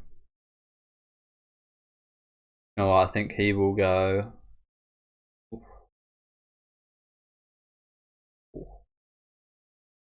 But damn, this is a tough. That's the thing about these. It's alright put them in like a tier, but then like ranking them in the tier is quite tough. I'll put them 1 below. I've got, as you can tell, it's gonna be hard to take the throne off Kiriyama in A tier. Yeah, he's quite close to S tier, so he's like the barrier. If you're better than Kiriyama, you go to S tier. Okay, next up we've got the main characters from Tenki no Ko, I believe that is. I forget quite a bit about this movie, to be honest with you. So again, this is not really I can't really rate these accurately. Like I should have watched some of these stuff before I done this, but that would take me a long time. But yeah, again, unrememberable. Unfortunately, they're just like a lot of these movies have very similar characters, don't they? With very similar dynamics and situations. So yeah, unfortunately I do just forget, so I'm just going to randomly place these kind of. The fact that I don't remember much of anything or feeling anything tells me something as well. But it's like, these can't be worse than these people, right? Is how I'm ranking these right now. So yeah, we'll put them just above Naofumi. We've then got Bosun from Sketdance. who's one again probably a lot of you guys wouldn't know. Skate Dance is a decent show. I watched it because it was done by one of the people that worked on Gintama, and don't get me wrong, it's nowhere near as funny, but it's got a little bit of similar tones in some places. There's a little Gintama spin-off episode as well, which is fun. But yeah, I like Bossum. I like the whole crew. To be honest with you, again, you could have 3 characters in this main spot here, but I'll just rank them all together. It has got some very interesting backstory actually, Bossum, and I do like his backstory. I like him as a person. Again, it's always just fun him being on screen. So entertainment points there, writing points are there. And he gets himself in a lot of interesting situations as well, of course. So yeah, I think he'll go towards the mid B tier actually. I think just above Battler seems okay there. Okay. Next we've got what's his name again? This is airing this season, and Jinka. That's the one. Jinka from Sengoku Yoka. Again, you could have a few characters as the main character, like this current season that I'm watching right now. Jinka hasn't even been in it so far. It's pretty much Shinsuke as the main character, Shinsuke and Senya. But from what we did get from last season, I think Jinka, he's got interesting backstory. He's got interesting kind of desire and goal as well. But he's not a character I care. Like, I care for a fair few other characters more than I do Jinka. Like even now, I actually care more about Senya. Like Senya's he's become one of my favorite characters as this new season started. So yeah, Jinka not all too high for me actually. He has got a lot of amazing animation and fight scenes and such, but it's hard to relate to. Again, he's a human that wants to get away from humanity, so inevitably that's kind of hard to relate to. But I do appreciate it. And there has been some pretty well written moments with him so far, but I will have to put him. We're bringing a few of these down. We're taking Lloyd down here.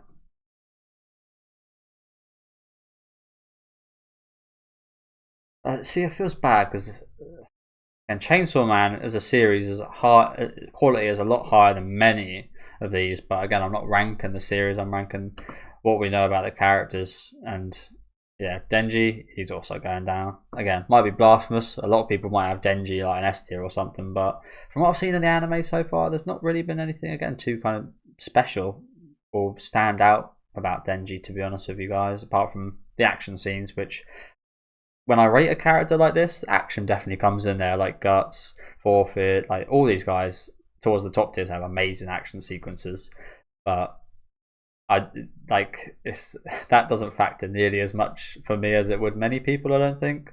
Again, it's more about how I like what I feel like when they're on the screen, their writing, their backstory, where their character arc goes, how they develop. That is like 90%, and then if they've got some awesome fight scenes and cool showy stuff and got cool design, that's like the other 10%, and then yeah, I'd say that's like 50%, and then the other 50% is again just like the vibe. Like, do I feel good when they're on screen? Am I smiling? Am I having fun? Yes. Well, I like your character a lot. Okay, next up we've got the main character from Psycho Pass, which is another anime I watched a while back, and I don't remember too much about. I only watched the first season, I believe. I didn't watch season 2 or season 3. But I did enjoy that first season. I thought it was pretty good. I did think it was a bit overrated, don't get me wrong. But I think people rate the idea a bit more than the actual execution of it, to be honest with you. I thought the idea was genius with the whole Sybil system and such. And looks like you could have a couple of main characters here as well. But yeah, Tsunemori Akane. She was alright. Again, I actually did like Kogami a little bit more. I thought he was cool, calm, again, detective kind of main character, a little bit like Lloyd in a sense. Obviously, one's a spy, one's a detective, but they had a similar kind of vibe, if you get what I mean. But yeah, she was cool, I guess. Again, I don't really remember too much, unfortunately. So this might be another kind of unfair ranking, but we will go C tier. And purely based off the quality of the show, I'm gonna put her not that high actually. I'll put her just about here, but again, probably unfair because I haven't watched it in a while. And if it was Kogami, I think Kogami probably would go probably low B tier, mid B tier probably. Okay, next up we've got Psyche K, who was a very strange one to rank, actually, isn't it? He's not like a character. He's not a relatable character in any sense. But again, purely entertainment-wise, he is quite high up there, isn't he? So we will put him in the B tier as well. You know what? He's a quirky guy. He's like that weird guy you quite like, isn't he? Yeah, quirky guy. He's going up there again unexpectedly. Like if I thought about where I'd rank him, I probably would say it'd be lower down a list like this. But and when I think about it, it's like, yeah, you know what? He's a hell of a fun character, and again, fun goes a long way for me. Like I said, vibes is like 50%. 50% is like writing and like all the objective-ish kind of stuff. So yeah, we'll put him one below Toma, I think's fair. Okay, next up we have got Eren Yeager. It's weird seeing him like this, considering what we see him like in the last couple of seasons. But yeah, Eren is a very well written character. I think I won't be able to go into too much detail. There's plenty of stuff I still don't even understand about Attack on Titan. So yeah, take everything like I keep saying, take everything with a little pinch of salt. But very well written character. I feel like a lot of characters are very well written in Attack on Titan. But I love seeing his development and seeing his kind of evolution throughout the seasons. I think it's really well done. With the ending, of course, it was very controversial. I didn't really mind it too much, to be honest with you. I didn't even think it was that controversial. I struggled to remember it fully, but yeah, I didn't really even mind it at all. But yeah, Attack on Titan is top quality, and I think Eren, he's not an S tier character for me. I didn't have as much interest in him as I did in other characters in the series, but he is definitely high up there. Okay, he's definitely top 3 in A tier, but where in A tier? Oh yeah, I think that's fine actually for Eren. Again, I've always had Eren's never. That's the thing about Attack on Titan. Funnily, Eren has never been my favorite character in Attack on Titan. Yeah, he's the main character and he's this well written. I think that goes to say a lot about the writing in general of characters in that series, doesn't it? Next we got Jaden Yuki from Yu-Gi-Oh! GX. I didn't ever really like Jaden Yuki, to be honest with you guys. Going from Yugi and Yami Yugi, which was like a quite kind of calm, kind of, especially with Yami Yugi, a kind of very adult, like, yeah, it just felt more for an adults. And then when it got to Yu-Gi-Oh! GX, it felt like the age limit kind of lowered a bit to like, we were catering to like 12 and 13-year-olds, and then it went from like 12 to 13-year-olds to like 10 and 9-year-olds of Yu-Gi-Oh! GX. I didn't really like Jaden that much, but then I did watch the subbed episodes where things change quite a lot for Jaden when he has Yubel inside of him, and he matures a hell of a lot, and it's actually like he goes through a character arc in those episodes, man. So that actually takes him up quite a bit.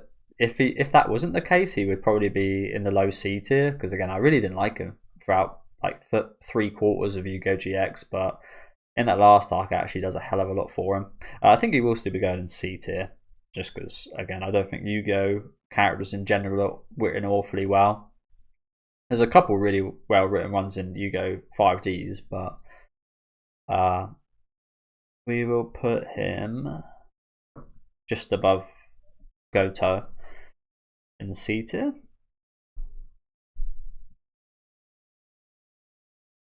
Again, it's almost like I look at Goto and I really just like don't want to rank her, because I just don't have enough experience with the show. It feels kind of unfair, but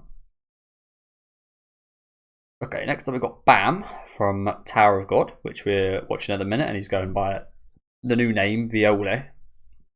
And he's a fun character. Again, not massively depth ridden from what I've seen. I know there probably is a lot there, considering how loved the source material is. I forget if it's a manga. I think it might be. But yeah, he was, again, really nice vibe whenever he was on screen. I wasn't like smiling all the time per se, but he just like, he brought that nice kind of nice guy vibe that I kind of appreciate. And he was just like he had a nice tone whenever he was on screen. So I like Bam. been fucked over quite a bit. We could say that for sure. But again, there's nothing majorly stand out about Bam. I think there will be stuff that majorly stands out. There is in this season with him now being Viole, where his kind of developments are headed. But like I said, that's the thing. The developments are kind of on their way now. So it's kind of hard to rate because there's still so much left for him to kind of change and discover and for him to achieve. We're only really at the start of the story, so hard one to rank, to be honest. But as an enjoyment level,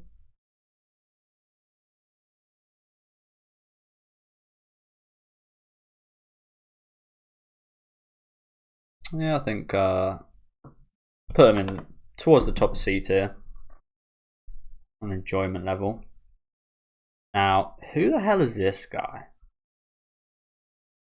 Is he the main? Is he one of the characters in? I think he's one of the characters in that show from. One sec, guys. It's kind of nuts. I did have a little look at the characters in this tier list, and I didn't recognize a few of them, which is bad because I've watched all of these shows. He's in a show made by PA Works, I think.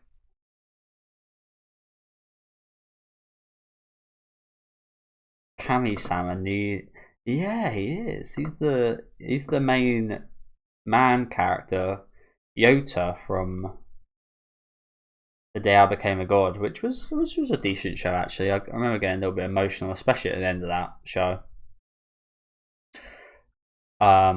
I think she was really cute, the girl. I forget how that ended. But yeah, he's got a very forgettable. As I just said, I didn't know who the hell he was. It's actually quite a miracle I've just remembered. But yeah, nothing really too memorable. Again, I remember there being some really cute moments towards the end of the series when he was like helping the girl kind of experience some of her dreams and creating a movie and such. But I don't remember too much from that show in general. And I don't remember much of anything about this character, so he will be going in the low C tier. Do you know what? I kind of feel bad for Naofumi. At least I know who Naofumi is. I'm going to put him above these people who I can't remember as well. Okay, and next up we've got Maki, I think her name is. I think that's a name from Soul Eater. To be honest with you, again, her as a main character, her and the Scythe Boy, they weren't my favourite characters in Soul Eater. What is Soul Eater not? Never heard of this. Not very well rated at all. I enjoyed the show in general. I think it had a cool vibe to it. I don't think it was very well written. I don't think it was a masterpiece, but it was quirky and I quite liked it. It just had like a fun vibe to it. I love the style. I think that was probably what was the main draw of the show. The style is very much down my alley. Probably the same for a lot of people.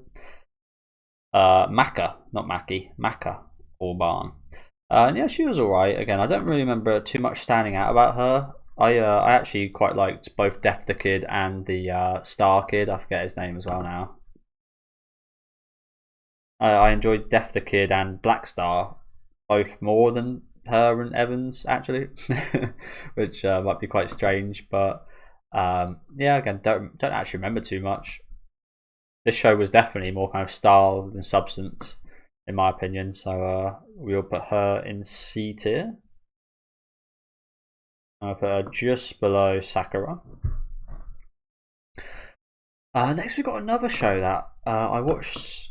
It's one of my first anime, Samurai Champloo. So again, the appreciation levels weren't there at the time, and I haven't watched it since. I didn't actually like it that much back then.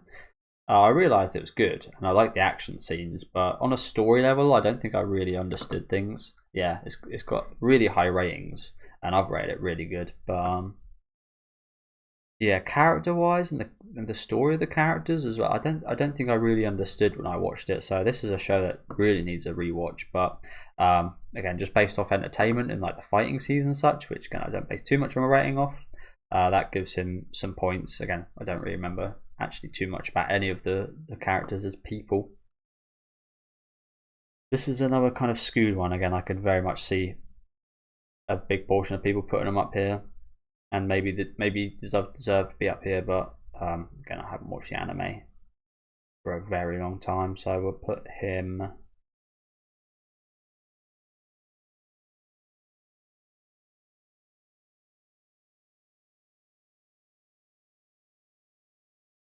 Again, it's just really tough because I don't remember. I don't remember enough. Being that that's the case, we'll put him here in the middle of C tier. But again, don't take that as. This sounds weird, but don't take that as my actual opinion, because I imagine my opinion would be very different if I watched the whole series again. Okay, next up we've got Shinji from Evangelion. He's another character that I don't really felt. Whoa, why is my YouTube so big? What happened? What happened to my YouTube? The playlist is alright. Did that just decrease in size just then? I'm going crazy. Sorry, guys. But yeah, we've got Shinji from Evangelion, who, again, a character I don't actually fully understand. I can't lie to you guys. I don't understand quite a lot of Evangelion, to be honest with you guys. I think there's a lot of. It's obviously based on very much on religion and such, but again, I can say I don't understand probably 50% of Evangelion, maybe more. And Shinji's a character, again, there's quite a lot about him I don't understand. From what I did watch and such, he was alright to kind of root for. There was a few very weird moments towards the end that definitely took took some of my kind of liking for him away a bit. But yeah, another one that's kind of a struggle for me to rate, because again, I don't feel like I understand him. I feel like if there was like a poll, I'd be in like the bottom 10% of understanding of a character if it was in terms of Shinji Ikari, to be honest with you. So this one might be, again, a bit unfair, but from what I remember, it was alright. From what I remember. Again, I think a lot of people probably have like an S and A tier for like his brilliant writing, but again, because I don't understand it, I can't really rate him that highly. So I'll put him next to the guy from Samurai Champloo. And next, do you know what? This is quite funny. This, I think that might be from the same studio, but I remember her name, but her and Simon got very similar style, haven't they? I think it is Studio Trigger that does do both those anime, so that's quite a coincidence. But yeah, we've got this girl from Kill la Kill here, which a show I thought was alright. I really didn't care about her too much as a main character, I can say that for sure. There was a few really I love, again, the animation and the studio behind it. I think are brilliant. They do some really quirky, fun stuff with the animation and fight scenes, and I really like the girl character, this Mako girl. I think she's really cute. I mean, there's a lot of awesome side cast members in this show. I just didn't really care too much about the main plot. I thought it was just a device to kind of get us moving, and again, goes to say I didn't really care too much about Matoi's character. Yeah, I just couldn't get behind it too much, to be honest with you. Again, the fight scenes and everything were really good in this show, but I didn't enjoy the writing too much, so she will be going in C tier. And we'll put her. Oh, I feel like Ragnar does need to go up a little bit here. I also feel like Kirito deserves to be a little bit higher as well. Okay, so after that we've got Simon, as I just said, from I almost said World Trigger there, from Tengen Toppa Gurren Lagann. Again, you could maybe have Kamina as the main character. I think Simon is pretty definitively the main character, isn't he? But yeah, I really love the side cast of the show. I love the journey Simon goes on, especially after the time skip. I think seeing the I would maybe like to see a little bit between that, but I did think it's still quite effective how they just went from halfway through the season just young Simon to then seeing how Kamina's death kind of affected him and kind of shaped him as a person. And funny enough, I think this is is this the shot where I think this is a shot close to when that time skip does happen, doesn't it? I thought the ending of the show was brutal as well, by the way. Simon and is it Niha, something like that. It's been a while since I watched Gurren Lagann. I need to watch the movie because I've heard the movie's really good and it actually changes some of the scenes. So I need to watch that at some point. But yeah, I love Simon. Love the journey he went on. Again, one of those characters you root for. He was just kind of like just your standard kind of main character at the start. I do remember, like I really didn't care about him too much, but again after the whole Kamina stuff, I think that funny enough how Kamina kind of what happened with him actually like majorly affected my thoughts towards Simon. Yeah, he's going in A tier, and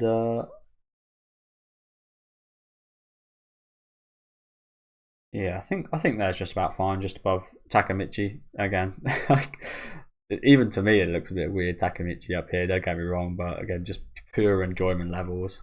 He's kind of got to be. Do you know what? I think we'll move him down a little bit. Actually, we'll put him just below. I was just gonna say, I think we'll put him just below Fuko.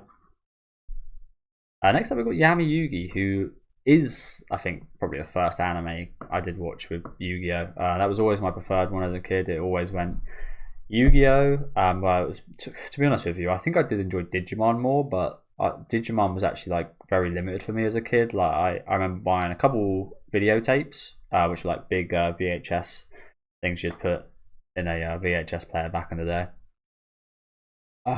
I remember buying a few videotapes like Digimon movies, and I had a few Digimon games, but that was pretty much it. Whereas with Yu-Gi-Oh, it was on TV pretty much like every morning on the weekends, and I remember buying a American DVD player because I bought loads of Battle City and Duel Monsters DVDs from that era. So yeah, it went Yu-Gi-Oh, Digimon, Pokemon for me. And yeah, I absolutely love Yu-Gi-Oh. I actually think the Pharaoh and Yu-Gi-Oh are actually pretty well written as well. Actually, again, it's got a kind of realistic, darkish tone to it.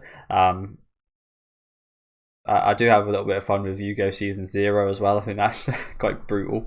But yeah, I again actually maybe it's because it's so long. I do think Yami Yugi and normal Yugi are actually quite well written characters, entertaining. Again, most of this does come from as a kid. I haven't rewatched a lot of this since I was under like 14 or 13. So yeah, maybe a bit nostalgia skewed, but nostalgia is a powerful thing. So Yugi will be going high up in the B tier, and we'll put him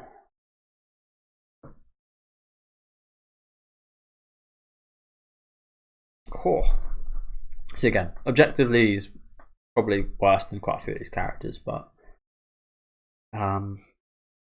yeah, I think there's alright. I think there's alright.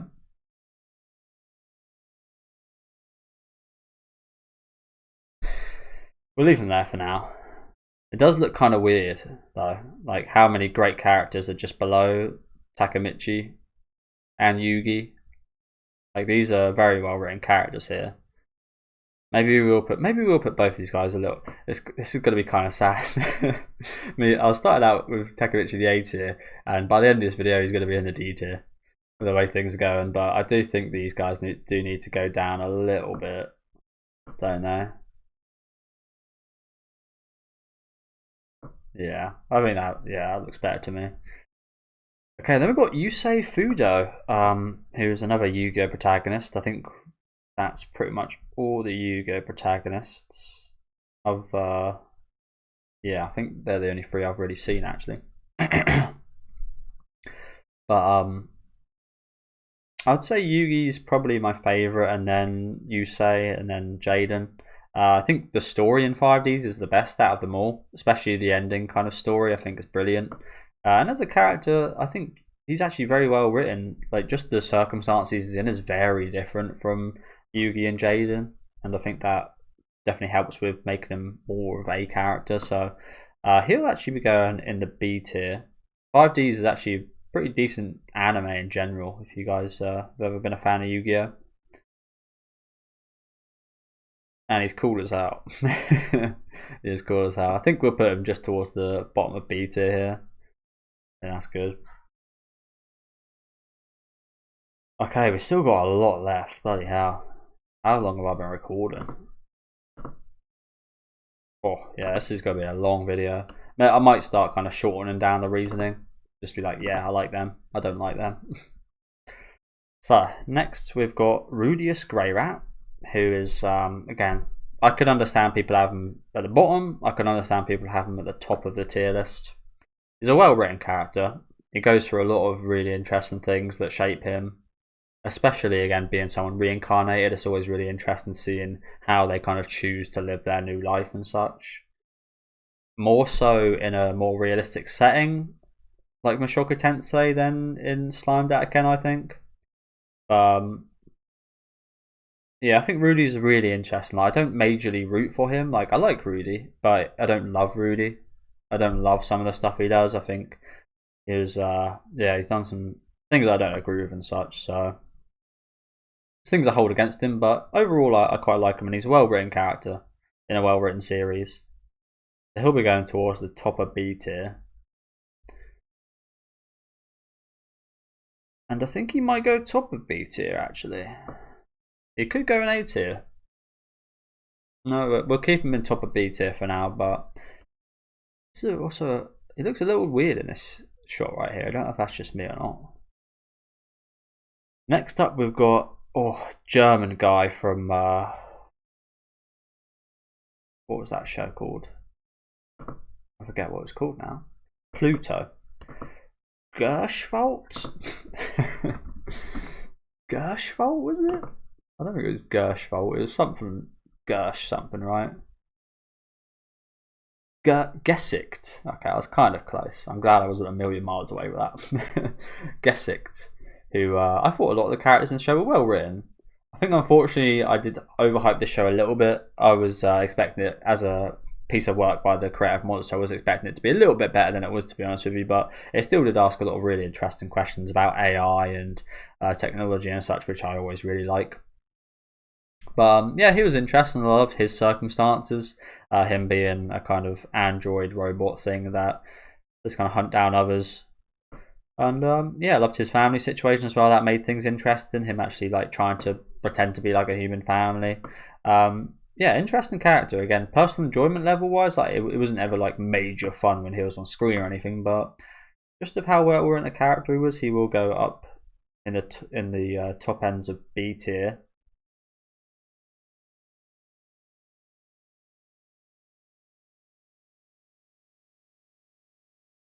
Again, if you're talking levels of writing wise, it'd be very much up here, but I think we'll put him just below Lawrence and Hollow. As we've then got Kongming from your boy Kongming, I think. This is another one where if I understood much more about Chinese history, I'd probably appreciate him a lot more. But I do think Kongming is a very fun guy. Again, entertainment level wise, he's in B tier. Again, he's not like majorly well written or anything. He's just a guy from ancient Japan that's now a strategist for an idol. And it's a really, I can't even laugh. My throat is going that much. Bloody hell! Apologies, guys. But that's a fun concept, and it pulls off that concept as well. So he's quite a bit of fun. I do like Kongming. We'll put him up here in the middle of B tier.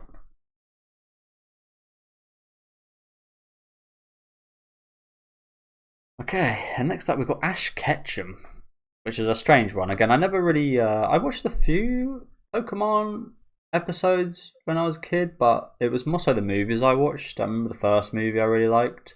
I didn't like the second one an awful lot, the one with the three birds and Lugia. I didn't enjoy that one that much, although I really did like the opening to that movie with like the whole songs and the I can't remember what instrument it was, but like I think it was a harmonica or something.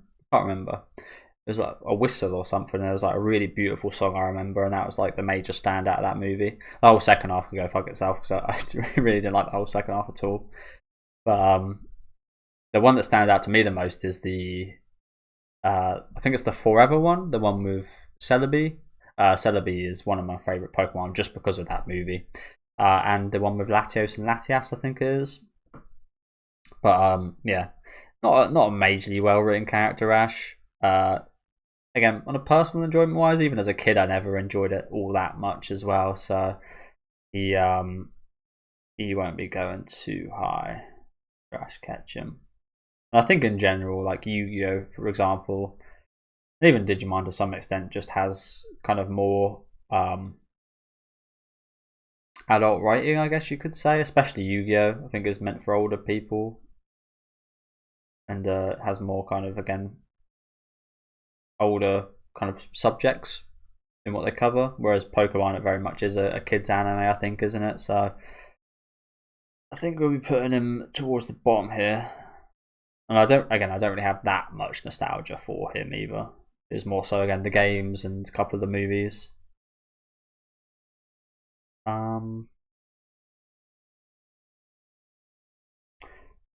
Well, just for being like a childhood legend, he should go up a little bit. Yeah, I'll put him here. Okay, next we've got Boji from Osama Ranking. One of the cutest characters. I love Boji. Again, I think writing-wise, he's very, considering the kid can't talk, I think very well done character. And just like how the voice actor voices like certain parts of like the mumbles, and in the way he like expresses himself. I think Boji is and I just love watching just him just having a little bit of fun, just like following bugs or something along those lines, just having a little adventure. Maybe you could say another guilty pleasure anime / character, but there's just something about Boji that just, I remember, I think it was like one of the first 3 episodes just got me tearing up massively, just with Boji's situation and just how he is. Just, it really made me really emotional, and ever since then I've had quite a connection with Boji, to be honest with you. I don't know, something about him is just like really, really cute and adorable. A little prince that can't, like, is just puny and weak and tiny and can't talk. It's just, I don't know, it's making me a little bit emotional just thinking about it. To be honest with you guys, he's going to be quite high up there for me. Again, it's just a vibe thing, to be honest with you. I can't say there's anything majorly stand out about like the writing of his character, but just everything apart from that is just like so fucking well done. And to be honest with you guys, the story was actually very, very good. The first half of the first season, but it did lower down a little bit in that second half, to be honest with you. And how it ended as well, I wasn't the biggest fan of, but I really enjoyed the special series they released not too long ago. But yeah, Boji, we'll put him just below Eren, A tier. Yeah, I love Boji. Okay, next we got Mima from I almost said Blue Velvet. I think it's like a Blue Velvet type movie, isn't it? Perfect Blue, that's the one. I like this movie. Again, I like I said about a few of the other things, and I can't say I fully understand everything about this movie. I've heard multiple explanations of the ending of it. But I thought Mima was a good main character.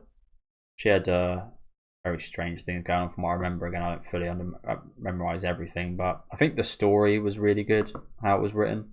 And I think the characters are well written as well, don't get me wrong, but I think the main standout for me about that was how well written the actual kind of script, and how well the actual story ended up panning out going. But as a character, she was good, again, from what I remember. Not one of my like favourite characters or anything, but I remember enjoying a lot of her scenes, so.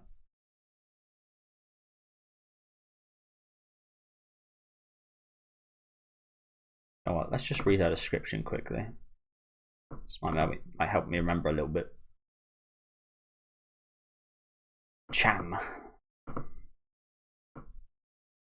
Mimalin. So there's no spoilers here. I was kind of hoping there would be. My scroll was lagging a little bit.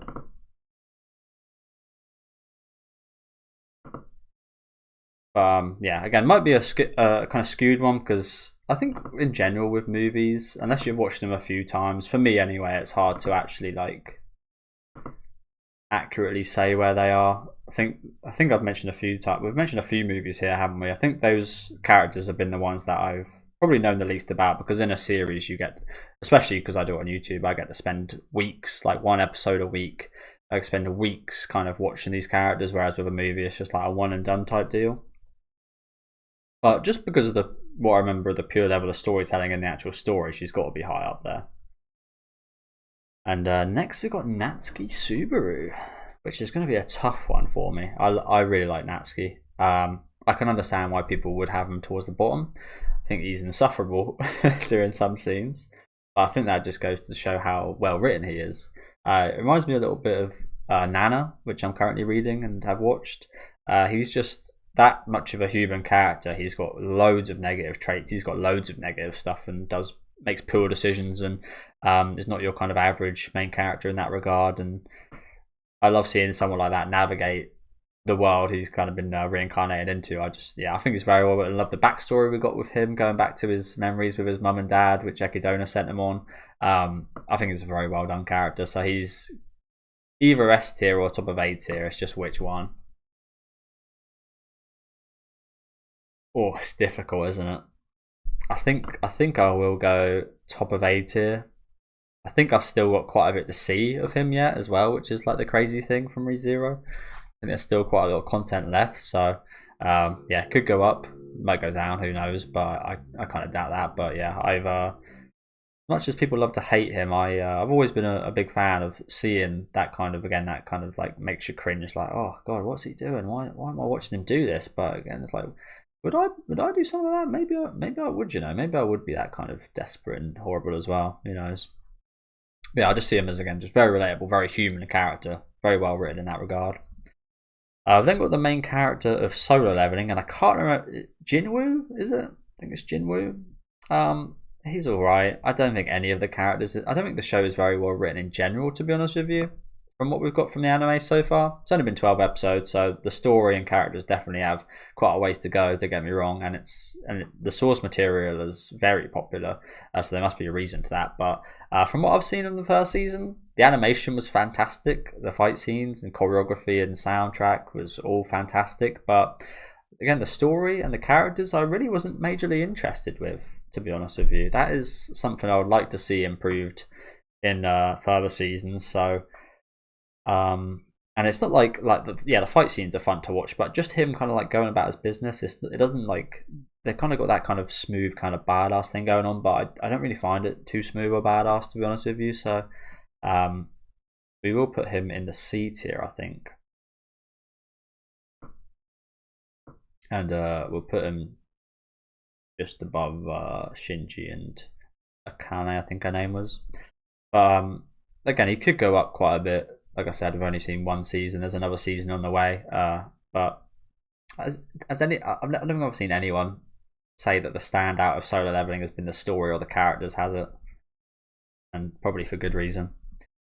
So now we've got Odokawa from Odd Taxi, which again is a bit of a struggle to remember this one. This one came out a little while ago, but I remember really liking this, and I thought the characters were very well written. Again, quite a lot like Beastars in terms of, we've got animals representing the characters, but these characters are like some of the most human characters I've seen in anime. Much more human than many of the humans you see right here. Yeah, he's pretty well written. Again, I remember that I remember enjoying a few other characters more than him, kind of on a storytelling and kind of character writing basis, but he had like quite a few like cute quirks and such. And yeah, I like Odokawa quite a bit. Again, I've only ever watched it once. I need to watch it again, to be honest with you, because I remember really enjoying Odd Taxi. Surprising as well, just like Beastars, it's surprising. It's like, going in to watch some animal strangeness, but no, I'm actually just like watching one of the best human dramas I've seen. So yeah, he's going high up here, Mr. Odokawa.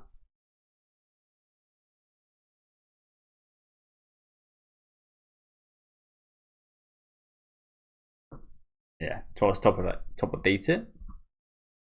I don't recognise this guy. I'm not sure I've seen this anime, to be honest with you. I don't recognise this guy at all. Yeah, any of you guys? I think he's that guy from Overpowered at high school or something like that, but I've never watched that anime, so I don't recognise him. So we'll put him. Oh no. I did put all the characters I didn't know at the bottom, and it's reloaded on me. Crap. Well, I'll just put all the characters I don't know at the bottom when it comes to it. I've then got this guy from the Seven Spellblades, and this show was alright. It had the potential to be quite interesting, but I never really got to a point where I actually enjoyed it. It was just always kind of teeter on the edge of, oh, it's going to get interesting now. It's going to get, yeah, going to get some decent writing now. But yeah, I don't remember enjoying many of the characters from this show, so this would be towards the bottom of C tier. And we'll put her just below Naofumi.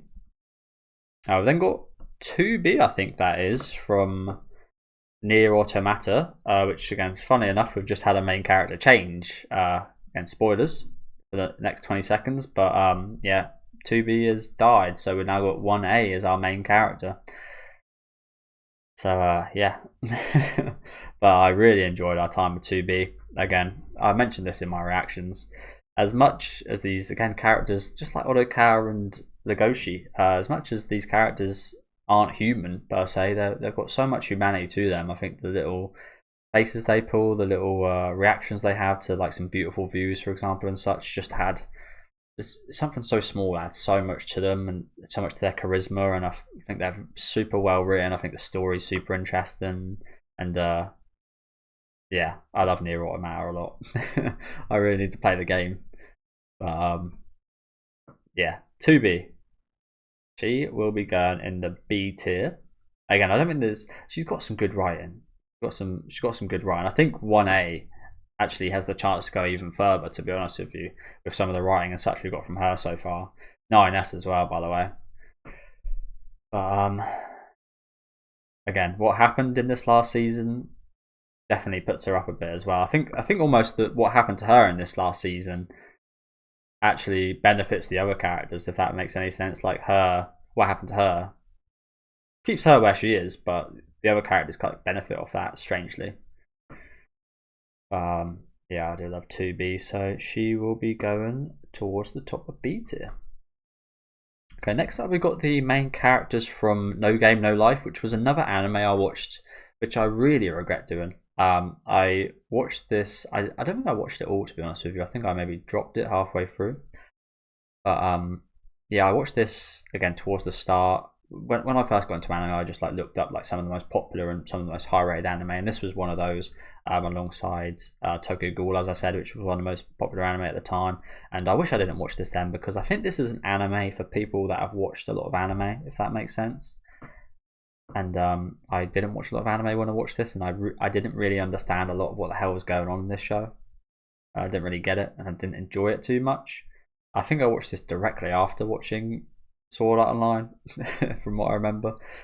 But yeah, so it's a hard one to rate again, because I'd probably have totally different thoughts on it if I did watch it now. But from what I felt when I was watching it back then, yeah, it was just like brother sister relationship, not in the weird way, thank God. I've been seeing a lot of this season, which I don't really like. Yeah, from what I remember, we'll put her and him there, I guess. Put Ragnar up a little bit again.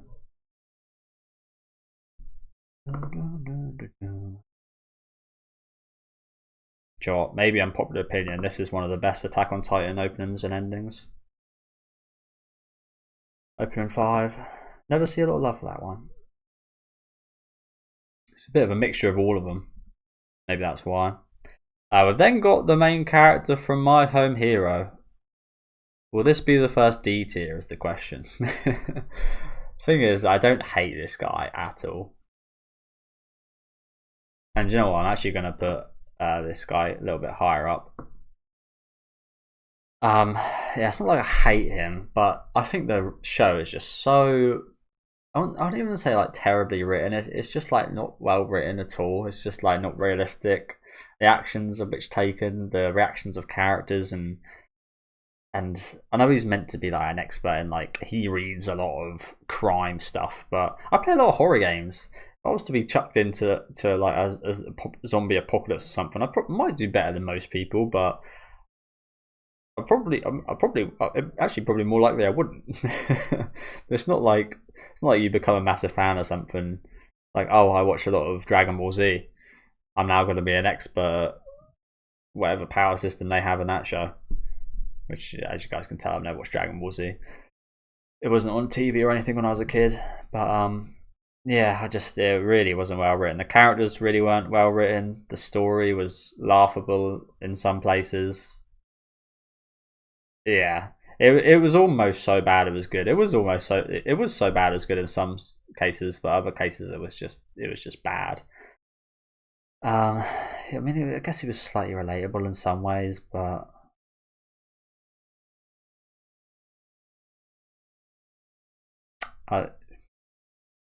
there's characters in this tier that I actually like less than him, but I think D tier again. I think that whole show was just a bit of a disaster, to be honest with you guys. Okay, next up we've got Saitama from One Punch Man, who, yeah, again, not an amazingly well written character. He's just a bald guy that done a lot of workout, done a lot of fitness, and became like the most powerful creature in the universe. But he's very fun. Again, entertainment value wise and such, he brings a lot of joy. And it's actually, again, another one of the first anime I did watch. You know, one of the ones that got me into it. Being the whole kind of superhero kind of popularity and such. Inevitably, One Punch Man gets recommended to me. And it's like, oh yeah, I watch that. I'm a fan of superhero stuff. And it's like, wow, this is very different but awesome. But yeah, I like Saitama quite a bit. I like, especially like when he interacts with other heroes and such. I find really cool, like King, for example, in season 2. Yeah, just off entertainment value wise, I think we'll go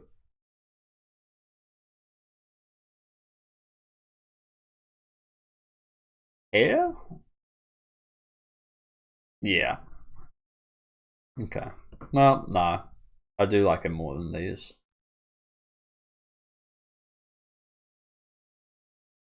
Yeah, I put him there. Okay, next up we've got Kazuma. Okay, we're almost there, by the way, guys, because quite a few of these characters I don't actually recognize. And as you can see at the bottom here, there's loads of doubles. Next up we've got Kazuma, he's alright, as I keep saying, not majorly well written. It's a comedy gag anime, so you can't really expect too much. But again, Gintama is the major outlier in that situation. He's funny, can be a little bit weird sometimes with some of the kind of perv stuff, but most of the time I do quite enjoy seeing him on the screen. And he is one of my favourites out of the main kind of 4 characters as well, so he will go.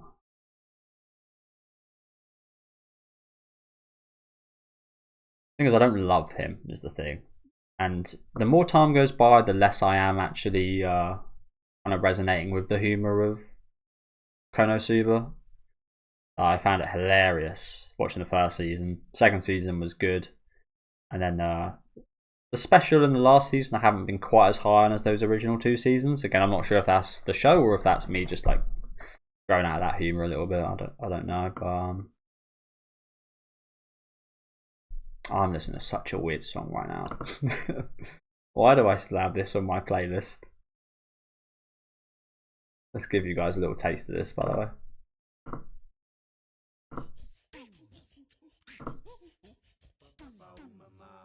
Yo! Yes, that is what I'm listening to right now. Why that's on my playlist, God knows.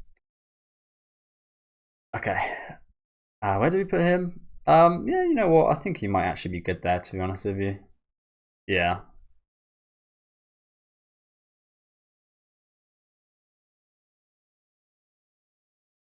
Yeah, I think he's fine now.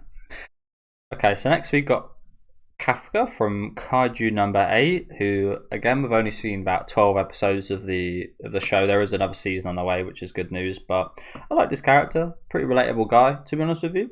Love the development he's made. Again, only the 12 episodes, but he's a character with quite a bit of potential, and he's a character I really root for as well. Actually, got quite a bit of charisma already. right from the off, he had quite a lot of charisma, to be honest with you. So I think he's quite up there for me, actually. But again, he definitely has got a lot of potential to rise as well.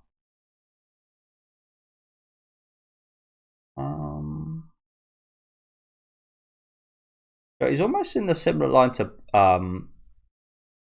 Osamu as me. So I think Osamu might actually go up a little bit as well. But we'll put him just above Kongming. Okay, next we've got Mob from Mob Psycho, who is a character I can vibe with a lot, relate to him quite a bit as well, but I love his journey throughout the 3 seasons. I wish there was more to the story. I really do wish there was more seasons, because I actually think there was a lot of potential to do more as well. But yeah, unfortunately season 3 was the finale. But yeah, really love Mob, love the journey he went on. He's got a lot of hype scenes, great action sequences. He's up there for me. Again, I mentioned this plenty of times before. I hated Mob Psycho when I first watched it. Like I said with a few of these, I watched it towards the start of me watching anime, and I just didn't understand. I just thought this just very weird style. I didn't like the style of the animation, which was a big thing, and then that's actually like one of my favorite things about the show now, just the style of animation. But yeah, love a bit of Mob. Not one of my absolute favorite characters ever, but again, I really love the journey he went on. Reigen's always been one of my favorite characters as well. They've got a really awesome relationship. But yeah, definitely up there for me. Might be towards the bottom of A tier actually. Yeah, I think we'll put him here, just towards the bottom of A tier. And next we've got a Tenma. That's the one. We've got Tenma from Monster, who again, I thought his story was good in Monster, but I again prefer the stories of the other characters. The cast of characters. I think there's a few more characters I actually prefer in Monster than Dr. Tenma, but again, I still really do like his story throughout the show. It's been quite a while since I did watch it, to be honest with you guys, but very well written character. Doesn't have the same emotional attachment and relatableness as other characters, though, I will say. So we'll put him in the B tier, definitely towards the top of B tier, though. We'll put him just below 2B, I think. Actually, we might put him here, actually. And you know what? I think I am going to put Aqua down a little bit. I think we'll put him just above Ayano Koji, actually. Next we've got Bon from one of my favourites, Rakugo, which is another very underrated anime. Well, I don't think it's underrated, underseen anime, unpopular anime perhaps. It's very rated by the people that have seen it. This awesome show. Again, I'm mentioning right now my reactions to Oshinoko. I'm not a big fan of plays and musicals and stuff like that, but there's something about Rakugo that is just such a raw form of storytelling that I just absolutely loved, and I thought it was beautifully written. Loved Bon's backstory. Loved seeing, we saw his whole life with Bon. We saw him from a kid to his death, and yeah, loved him. Again, grew an attachment towards him. Had a bit of relatableness in there, but I think mostly again just how well written his character and journey was, takes him towards the upper echelons. But it's just, where in these upper echelons does he go? I thought, again, multiple times felt very emotional, not just through his story, but in his involvement with other people's kind of stories and children, I say, as well, and stuff, and the love he had. Yeah, I love Bon. We're going to put him towards the top of A tier, and I think just below Subaru. Oh, do you know what? I think he goes top of A tier actually. Again, emotional attachment wise, I've got emotional attachment to all of these characters. Maybe not so much Luffy. I feel like emotionally probably less attached, but even then, like, again, I think it's Marineford where with Ace and so on. There was a lot of kind of emotional kind of ties I felt there. So I've had less with Luffy though, I will say that, especially considering it being 600 episodes. So maybe that does add some negative points, but again, with Luffy, it's just that kind of absolute joy every time he's on the screen, if you know what I'm saying. There's always something fun or funny or intense going on.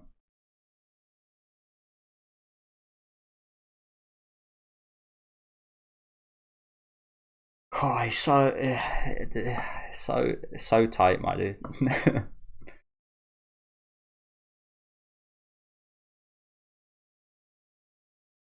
I'm going S tier. I genuinely, man, I think his story is so well done.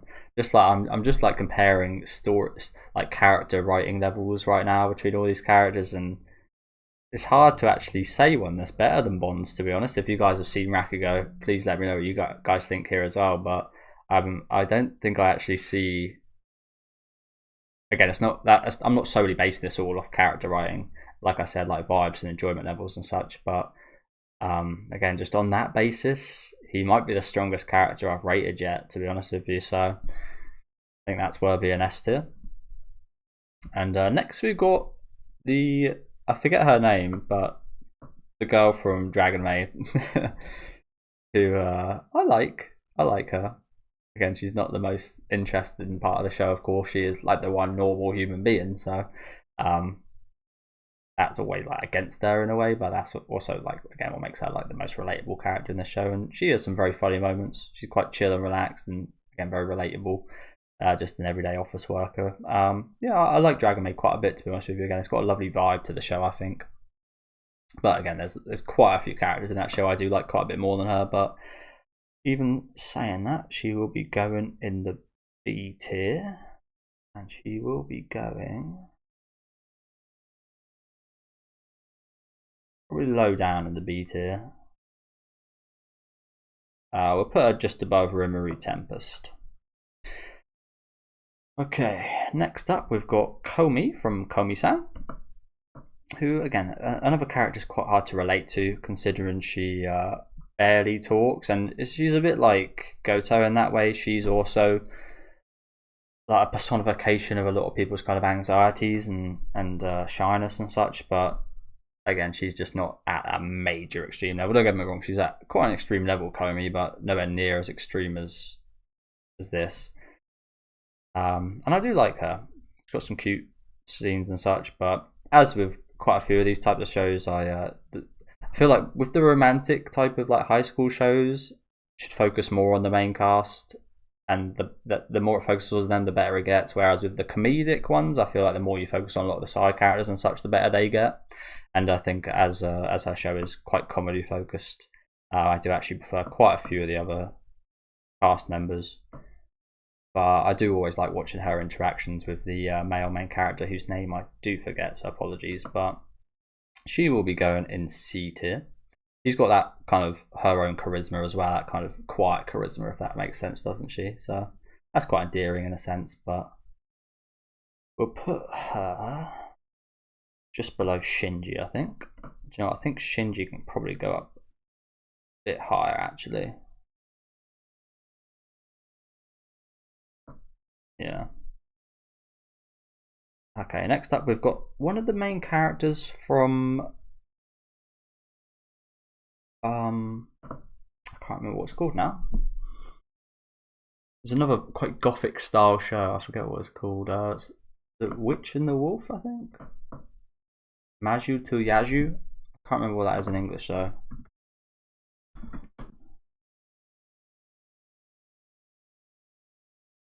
Yeah, Majo to Yaju. I think it's The Witch and the Beast. Yeah, The Witch and the Beast. This was a decent show. I like, again, best thing about the show was the style. It had lots of really cool kind of gothic-esque style in there, but story-wise, it was pretty average, to be honest with you. There was nothing majorly well written about any of the characters. They had interesting kind of dynamics to the cast members, and in who the people were, if that makes sense. Like they had a lot of really cool kind of setup, which could have been great, but like I said, it just kind of ended up being quite average in my opinion. I did hear as an adaptation it is quite average as well. I heard the source material is quite a bit better, but funny enough, I did actually prefer some of the other kind of side characters that got a spot in the limelight. We had a few episodes where there was another couple of characters that took over as the main characters for those episodes, and they're actually some of my favourite episodes, maybe some of the best episodes in the whole show actually, where they just had 2 episodes focusing on a small story, and I think that was actually where that story was the strongest. So there's a lot of potential there, but yeah, unfortunately, I didn't really fulfill too much of that, so that she will be going in the C tier and probably quite low down. And you know, I want to put Jade and Yuki quite a bit higher actually. Put him here. Now, where did I just put her? Yeah, it's also, as a character, she had a really cool transformation and such, but she was also probably one of the characters I was least interested in away from the transformation and such, which I guess is a part of her, don't get me wrong, but yeah, she was actually one of the least interesting. I actually found Ashaf, her kind of partner, quite a bit more interesting than her, or him. I think it's actually a him, isn't it?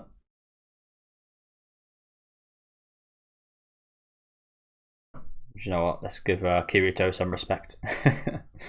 Okay, next we've got both the Nanas, who I'm probably going to rank together because I probably have them quite similar anyway, but Nana Osaki, you guys know I'm currently reading Nana, and I love all the characters. Are super well written in Nana, but they're all just like, yeah, they're all so well written. They're like real humans. They're like, they could be your friend. You could have them call you tomorrow asking for a favor or something. Yeah, love both of these. Where do they go though? I think they're definitely at least mid A tier, definitely. So I love the progression we've got from them as well, especially Komatsu. Komatsu's gone for a lot, but I love Osaki quite a bit as well. I would have Komatsu above Osaki. But yeah, where will they go? I think just, oh, this is difficult, this one. Are they above or below Eren? This is super tough. I think it's definitely much tougher deciding who's the better up here than it is who's lower down there, isn't it?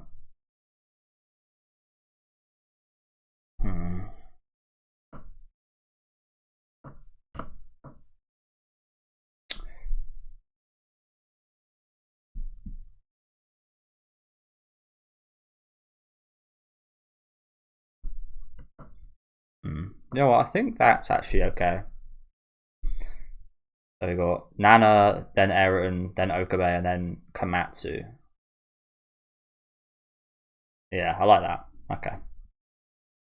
And then we got the main character from A Silent Voice, whose name I also forget. Again, another movie that did make me cry. Really invested in this.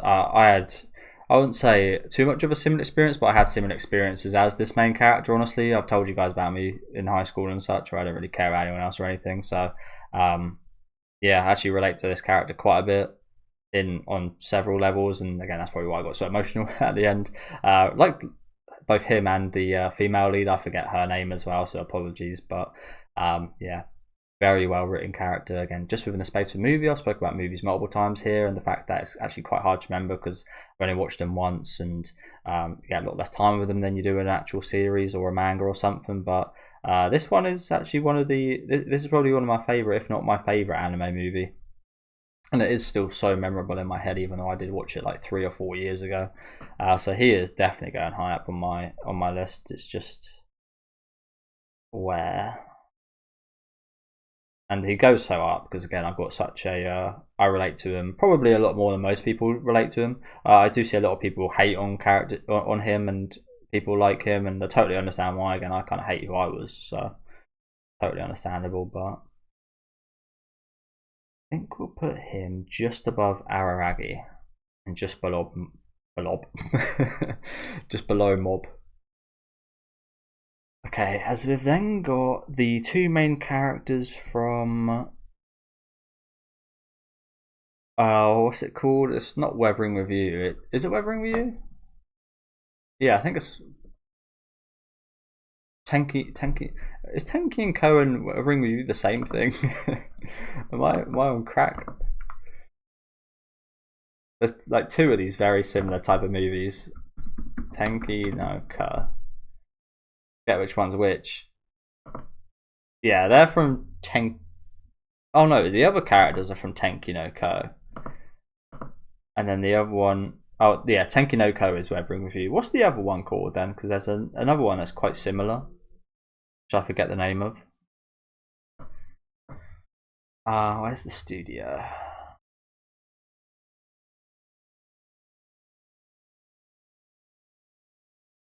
Comics Wave Films. I imagine these are the same people that done that movie as well. Suzume. Kimi no Na. Oh, that's okay. I'm getting them. I'm getting them all mixed up. Like Jesus Christ, because they all look so alike. A lot of the characters. Look at these three. These look like they could be the same line of movies, don't they? And it works. So not exactly a negative, but kind of hard when you're differentiating the characters, isn't it? So these are the people from Weathering with You. Yes, and I didn't enjoy Weathering with You as much. So, okay, they're in their good place. Okay, cool. So these are the couple from Your Name, which I liked. Again, to be honest with you, again, I don't remember the characters being all too memorable. It was more the experience. I just had a really fun time throughout the whole movie, and again, looked beautiful. But like I said, character-wise, I don't actually remember too much of them. And again, you could say, like I've said many a times, you could say that take this with a pinch of salt. But because I don't remember them, that obviously tells me that I wasn't as interested in them as many other characters in this. I do remember really liking this movie, so they will go in at least B tier.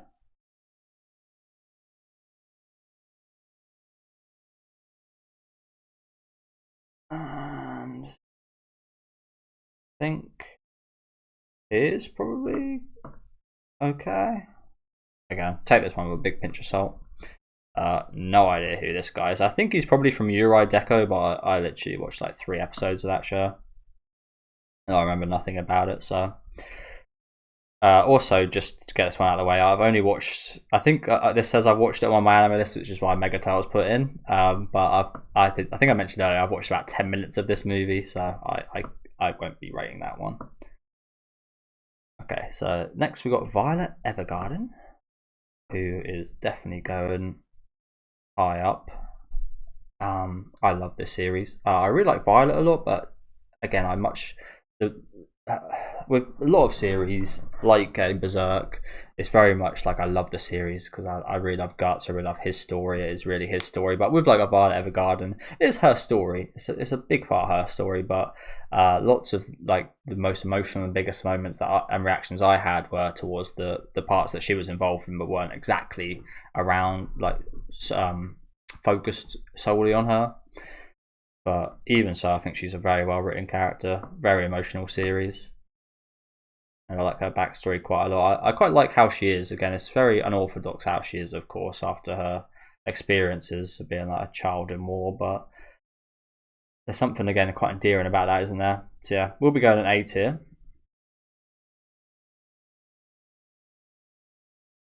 And as I've said, the characters don't represent where I have the show. Like, for example, Violet Evergarden, the series probably would be an S tier, and I think it is an S tier, or somewhere close to that probably in my anime rating tier list. But as a character, she is a little bit lower down than the series. It's the same for like, try and pick out a good example. But I think obviously there's a lot of relation to if a character's an S tier, their series is going to be quite high for me as well. But there are those a little bit like maybe Soul Eater, where I really like the series, but none of the characters, well, the main character especially, isn't actually that high for me. It's more of like against style over substance type deal. Yeah, I think Violet will go just below Boji. Next up, we've got the main character. I forget her name now. from Dark Gathering, which is another show. Again, I really like the style of. As I mentioned for a fair few of these now, story is nothing exceptional. It's a fun story. Again, it's a horror, so I always have a bit of enjoyment out of anything kind of in the horror realm. And again, I really like the style of this. It's got a quite interesting storyline. Her as a character, I think she's really cool. She's in that same kind of vein as, maybe not Boji, but she's in that kind of cute kind of mascot type character. I'll try and get a name real quick. Apologies. I think it's Yayoi. Yeah, this is another kind of guilty pleasure. Well, actually, it's got good ratings now. This was rated a lot lower when I watched it. But yeah, I had a lot of fun with this. This is a fun little horror series if you guys want to check one out. Yeah, Yayoi. And yeah, I thought she was really cute. Obviously, she's the most experienced with the horror stuff in the show, so we get a lot of her in action. Again, no kind of majorly brilliant writing or anything to talk about. She just is a fun character. I usually have quite a lot of fun with. She's got some really badass lines. She's that badass akin of kind of high horror character, which I always do appreciate. So yeah, she'll be going in B tier. And like I said with like Takemichi, she's not on level with Takemichi or anything, but she's one of those kind of like guilty pleasure, like Boji, like just find really cute and really like seeing on screen. So we'll go in B tier, and I think we'll go just above Gesicht. Yeah, I think that's cool. Okay, we're almost there, guys. I think it's almost 2.5 hours now, so this is even longer than I expected. I thought the anime ranking one was long, so yeah, I probably will try and quicken it up a little bit towards the end here. I've then got Shadow from Evanescence in Shadow, or what's his name? I'm not even gonna try and remember. But he's cool. Again, it's quite hard to rank because it's so ironic. He's like a parody of like a normal isekai anime character, so it's like you're just basing on how funny it is in it, and the show is pretty damn entertaining. So we'll put him in the mid tier. Again, no kind of exceptional ride or anything. It's just a good parody. We'll put him just below. Yeah, I think we'll put him here just towards the bottom of B tier. We've then got Jolyne from JoJo Part 6, and you guys know I'm not a major fan of Part 6. It's actually maybe my least favourite part apart from Part 1. Yeah, I'm just not too big on Part 6. I'm not too big of a fan of Jolyne either. She's quite cool. I quite like the end of Part 6. I think the end's quite cool and quite good. Away from that, just the rest of the series, getting to know her, like she's got some interesting ties and she's definitely had a lot of potential. But yeah, I just wasn't a fan, to be honest with you guys. She's probably my least favorite JoJo. Not sure about Jonathan. She maybe beats out Jonathan, but even having to say that just says a little bit, doesn't it? So we'll put her in the C tier. She's not awful.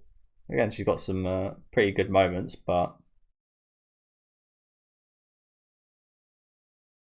you know what? She's probably actually B tier. That's the thing. I'm comparing it in terms of other JoJos. As her own character, she's actually quite a bit stronger than quite a lot of these characters, actually.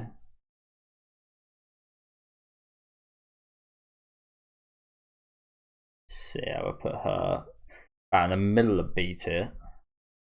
As we've then got Joseph Joestar, and Part 2 was my favourite for quite a while till I got to Part 4. Big fan of Joseph, both in Part 2, 3 and 4. Big fan. I think especially in Part 2, he's of course he's the main character, but that's it. That's his standout time, I think, isn't it? We'll put him again. Not too much to say that hasn't been said about a lot of these characters, but Joseph Joestar. We'll put him one of my favorites. Not my favorite JoJo. Not my favorite.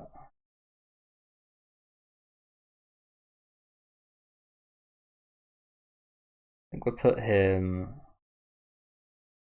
towards the top of B here. Yeah, we'll put him just under Rudy. As we then got the main character from Hell's Paradise, and Hell's Paradise is a decent show. I definitely think the production was quite weak, which didn't help too much. I feel like it would have been a lot better if there was nicer animation during the fight scenes and so on. But as a character, the main character was decently interesting. He's got, again, we've only seen a season, so there's plenty more material and plenty of more time for him to develop.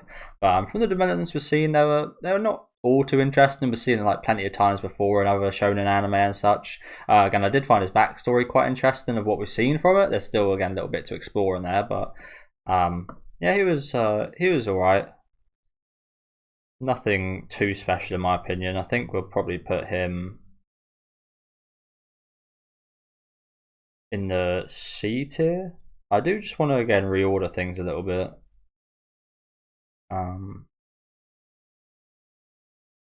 Put him just below Shinji. I do actually maybe want to take a few of these characters down a little bit.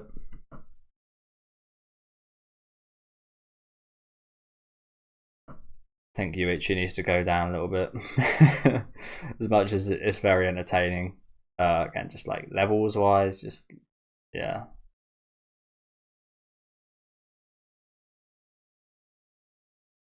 You can go down quite a bit there.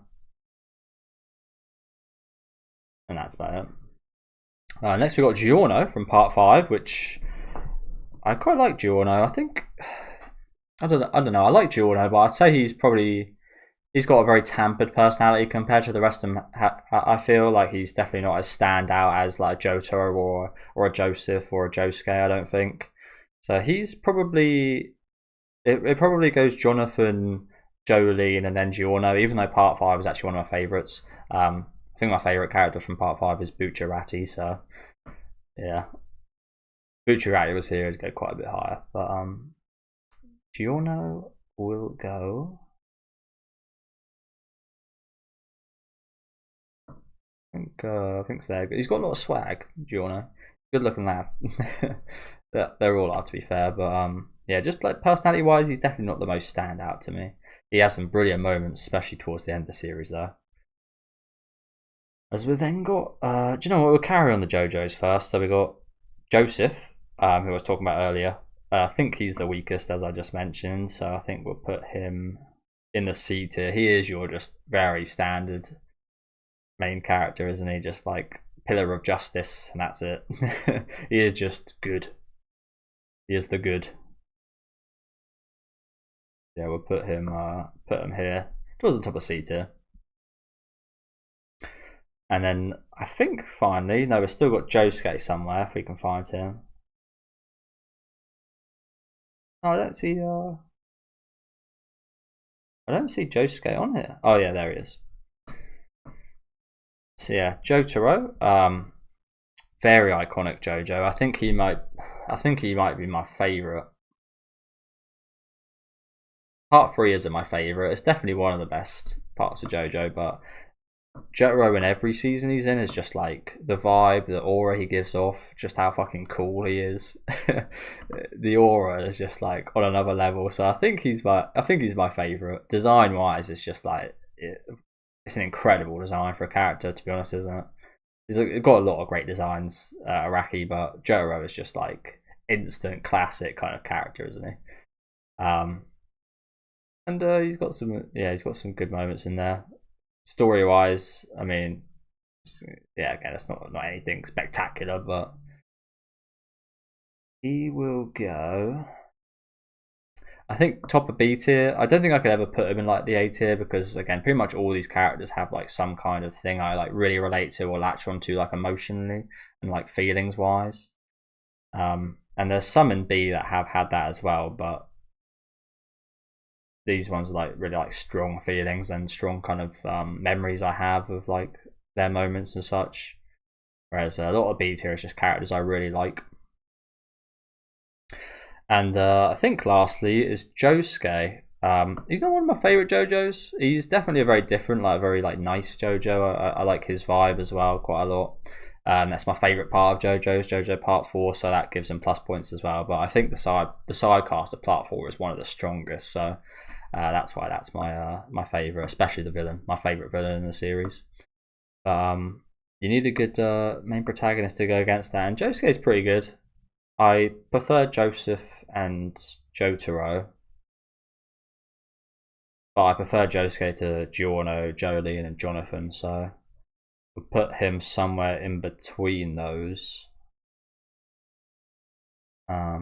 Probably just over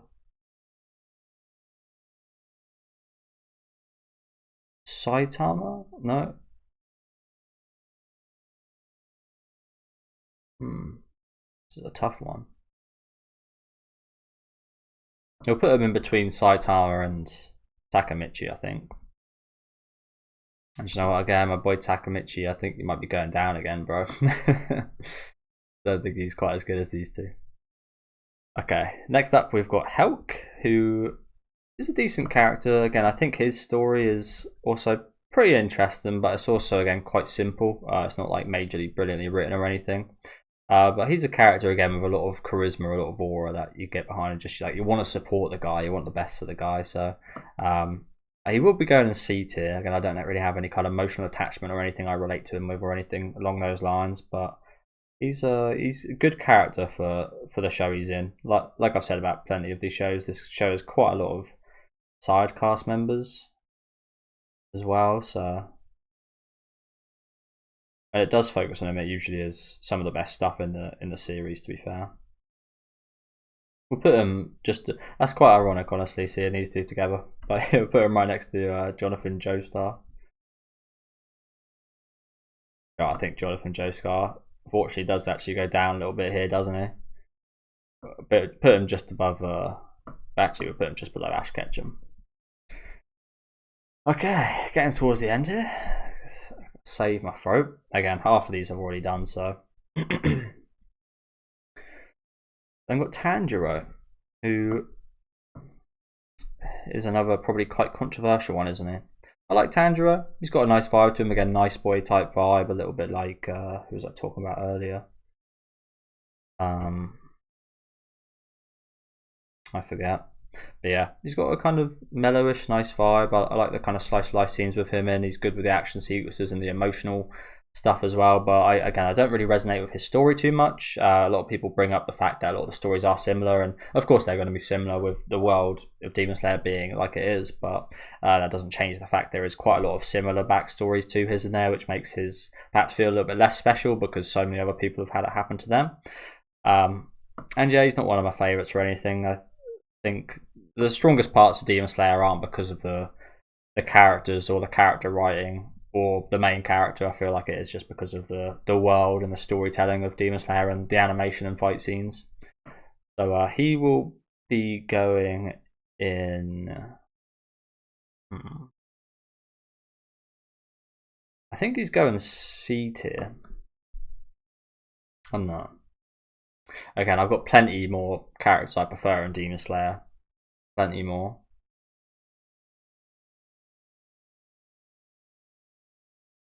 I think we might put him top of C tier. I don't know. I feel like Kazuma probably needs to go below him. But we also take this guy down a little bit here. Yeah, I think I'm happy with that. Am I happy with that? Perhaps this guy actually goes down below Tanjiro as well. Okay. See, the thing as well is Tanjiro's been more consistent than Meliodas as well, so I think perhaps we put Tanjiro at the bottom here and then put Meliodas at the top of. No. Okay, there we go. Bit of rejigging. I've then got the main character from Grand Blue, whose name I do not remember, so apologies. But he was a pretty fun guy. Again, relatable, relatable comedy show, so it's never going to be amazingly well written. Again, certain example, certain exception, should I say, is like Gintama and a few others. But yeah, he was fun. I wouldn't say anything above a C tier though, because that's all it was. Just quite fun. And we'll go right there, just under Helk, I think. As we then move on to Kaguya from Kaguya-sama, who I like quite a bit. Again, probably not my favourite character in Kaguya-sama, but one of my favourites. And obviously love her development and relationship with, I was going to say, is it Shirogane?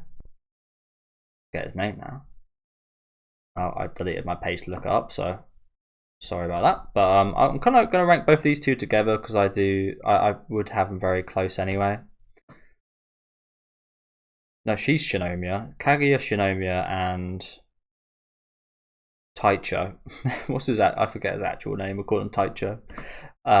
These two, again, I like their relationship.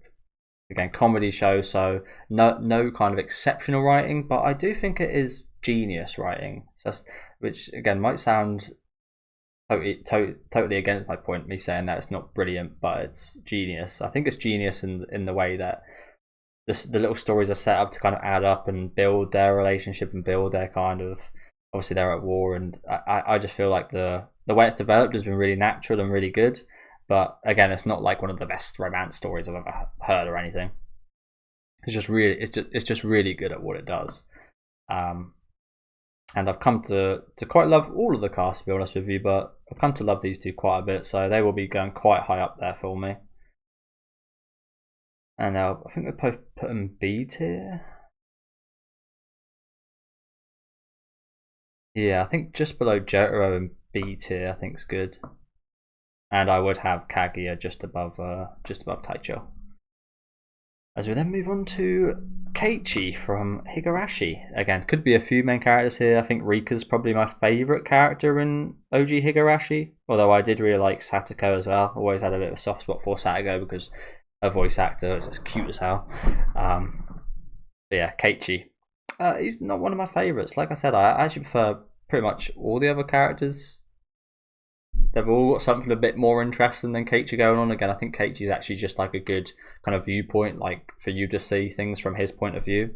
We don't always see things from his point of view, but I haven't ever played the visual novels of Higurashi. I've played a few for Umineko, but I imagine, I don't really know. I'll maybe expect that his to be the point of view you see most things from, because as a character, he doesn't seem as kind of depthful and doesn't have as much kind of lore and such about him, I don't think, as the other characters. Again, maybe that's just me not being as interested as him as the other characters, but again, I feel like all the girls are actually quite a bit more interesting. And Keiichi does get brutalized quite a few times, but yeah, he's decent for what he is as a kind of device for us to see things through, but I do think he is C tier as much as I do love Higurashi. And yeah, we'll put him just below Nagisa, I think. As we then have Ed. Oh, we got oh boy, fucking hell! Look at this lineup. My friend Megaturtles did actually put two versions of Edward Elric in here, just for the 2003 and the Fullmetal Alchemist Brotherhood version. But I did say to him, I'm probably going to rate them both pretty much the same anyway. There's not a major amount of difference. I think I've said this before. I actually feel like 2003, you should always view, if you're like a new viewer, you should always view before the Fullmetal Alchemist Brotherhood, because in 2003 there's a lot more. They expand a bit more on the early stages of Edward Elric, and I think characterizing him a lot there adds a little bit more if you were to watch Fullmetal Alchemist Brotherhood. But again, just for the sake of time and stuff, I will just rate one of the Edward Elrics. So I just had to cut there because I just went into a spoiler. My friend hasn't actually finished Fullmetal Alchemist 03 yet, so I won't get into the ending of Edward. But yeah, I love how things end for him in the 03 version. I love how the Fullmetal Alchemist Brotherhood version ends for Elric, and yeah, just the whole story of the whole transmutation of the mother all the way until the end. I just think it's just super well done storytelling in terms of, again, the story and the characters. I think they're all super well done, especially because there's so many great storylines coming from so many characters. For them to actually keep Edward and Al's story is something so interesting. I think is actually very well done. I've said before about a lot of these shows with lots of cast members, sometimes it gets a bit muddled and you actually start liking the side cast members and such more. But again, in this one, actually, like I said, just keeps the main characters super interesting all the way throughout and keeps us super invested in their story. So they will certainly be going in A tier at the very least, because it is one of my favourite anime I've seen. And again, I just remember for the first time like watching the O3 version and watching like the first like 5-10 episodes and just like getting to love Edward and Al so much, and just how kind of down to earth they are after what happened with the whole human transmutation. I just, yeah, what was really awesome. Yeah, definitely high up here.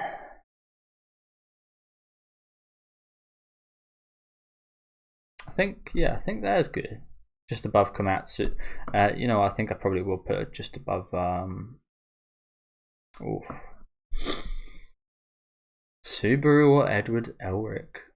Jeez.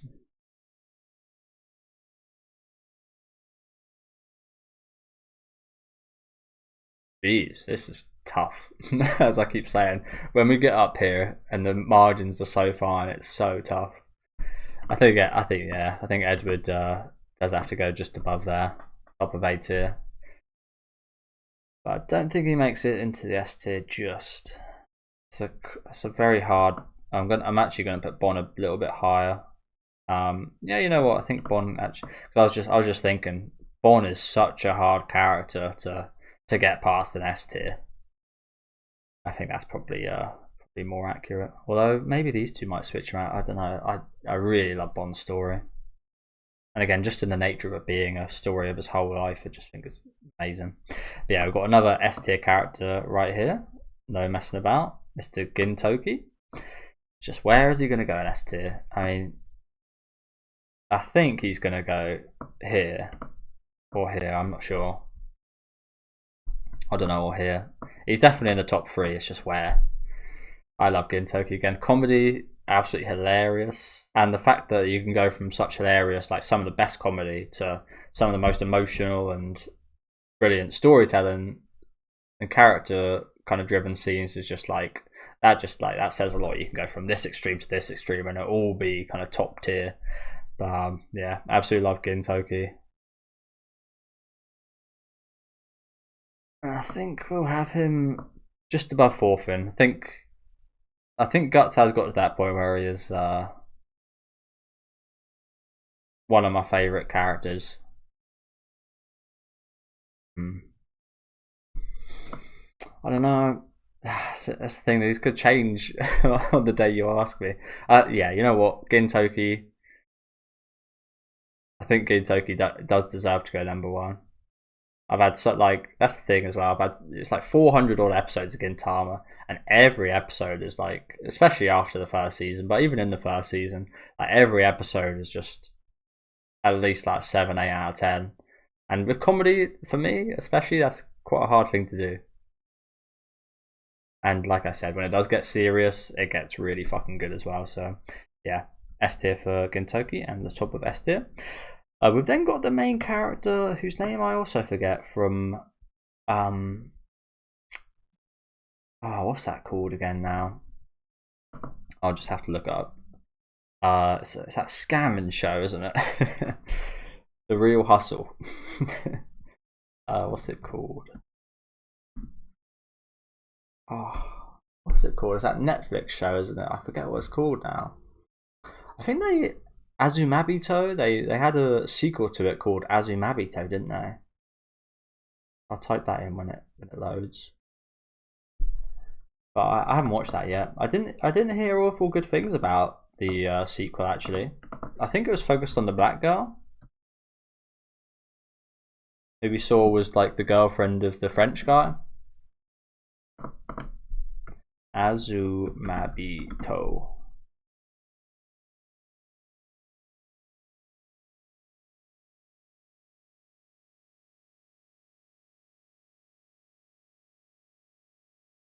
I don't think I'm going to be able to find it, unfortunately, guys. Is it Azumabito? That's the name of the thing from Titan, isn't it? What am I on about? Something along those lines, though, isn't it? Oh, I had it for a second there. Sorry, guys.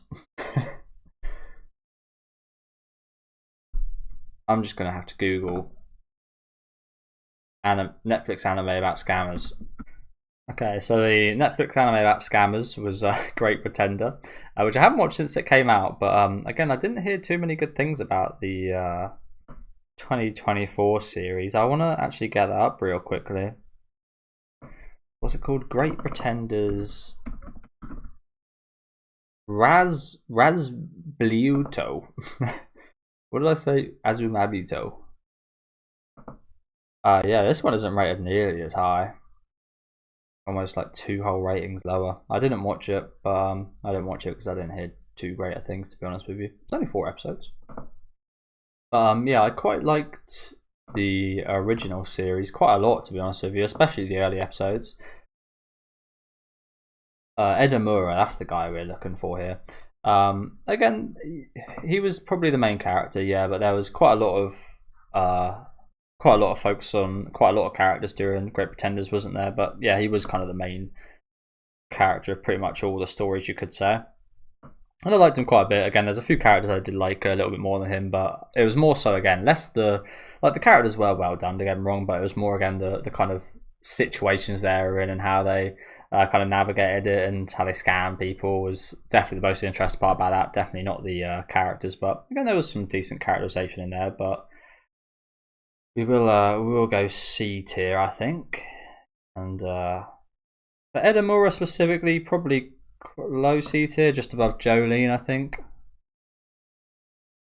As we then go to Hinata from IQ, which has never been my favourite show ever. It's a very loved show. I've never felt the attachment seemingly a lot of other people do to it, but I do like IQ. It definitely, again, funny enough, the moments I do favour again is those kind of character kind of bonding moments where we see characters actually like start to get along and build relationships or such. I actually think that's like some of the best parts of the show away from the kind of action. But I'm looking forward to the movies, that's for sure. Yeah, I do like Hinata again. He's got that kind of lovely vibe about him. It's always like a pleasure seeing him on screen, just having fun and doing what he does, trying his hardest. But yeah, we'll go C tier for Hinata, and probably quite high C tier. Yeah, I think here's good. So I think I will have to bring Ayano Koji down a little bit. Yeah, I think that's good. I think I might bring Gesick down a little bit as well, actually, like quite a bit down. Because, yeah, attachment wise, I felt much more attached to a lot of the characters below him here, actually. I think Midoriya can actually go up a little bit there as well as little girl. Okay, cool. So next up, we've got Gon from Hunter x Hunter, who again, not my favorite character. Killer was my favorite character from Hunter x Hunter, but his relationship with Gon is one of the major reasons why Killer was one of my favorite characters. I do just think again that's kind of normal and kind of that is Gon, but for Killer, becoming friends with Gon was a much bigger thing than it was the other way around, wasn't it? But yeah, I liked Gon quite a bit. Again, definitely not one of my favorites, so I don't think he's in A tier. I do like his story. But again, there's plenty of other character stories. Even Kurapika, for example, I do actually place above Gon's, so he will be in A tier and towards the top of A tier. I think it was in one of my ranking videos where I talked about Gon and someone commented something not so nice about me, putting Gon a little bit lower down. But again, I appreciate that he's a well-written character for sure. He's just and I do very much root for him, and I do love watching him, but I've just got characters I favour more from Hunter x Hunter. I think we'll put him just below Jotaro, I think. As we've then got Hori from Horimiya. I wasn't the biggest fan of Horimiya, to be honest with you. I think the characters, again, they had interesting setups and dynamics, and then didn't really deliver too much in any of those. I feel like it was just way too short to deliver on any of those. Actually, I didn't watch the special they released, but I heard that they were just almost like fillers and like stories they missed out from the first season. Like, why didn't you just are we all doing Zack Snyder kind of redos now? Why didn't you just include that in the original series? And then I might have watched it. But yeah, not my favourite, honestly. She's a cute girl. I quite like how she is as a person, but again, kind of character development wise and writing wise, I don't think she might be in the C tier. But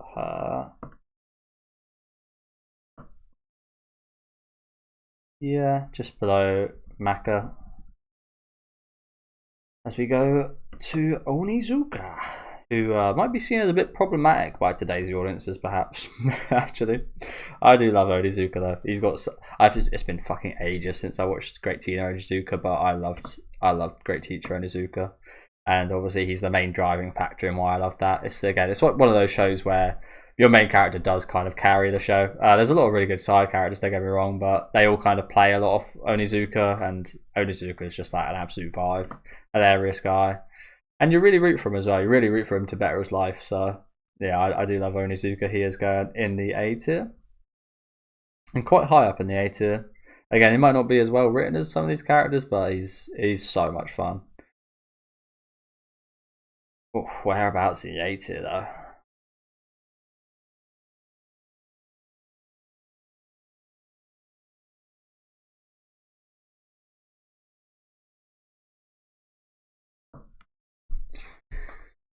Oh, whereabouts in the A tier? Again, like on an emotional level, obviously I don't connect to him as much as these are. I don't even connect to him as much as many of these, but again, just like pure chaos and how much fun I had with Onizuka. I think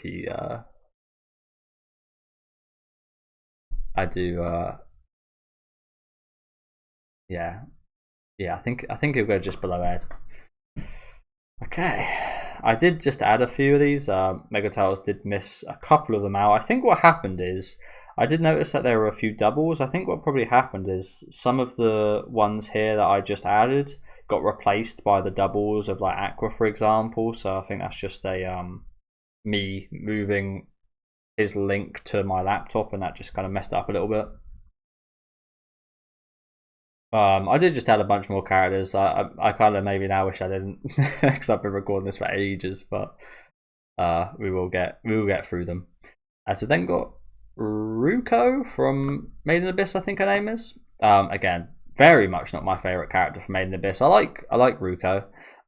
She's got a lot of very weird scenes. there's a couple of weird scenes that come to my head like straight off the bat, but won't put those too much in there. But I like her. Again, I actually prefer Reg. I prefer quite a few of the characters that we did get introduced to in season 2, which was my favourite season. I absolutely love season 2. Thought it was phenomenal.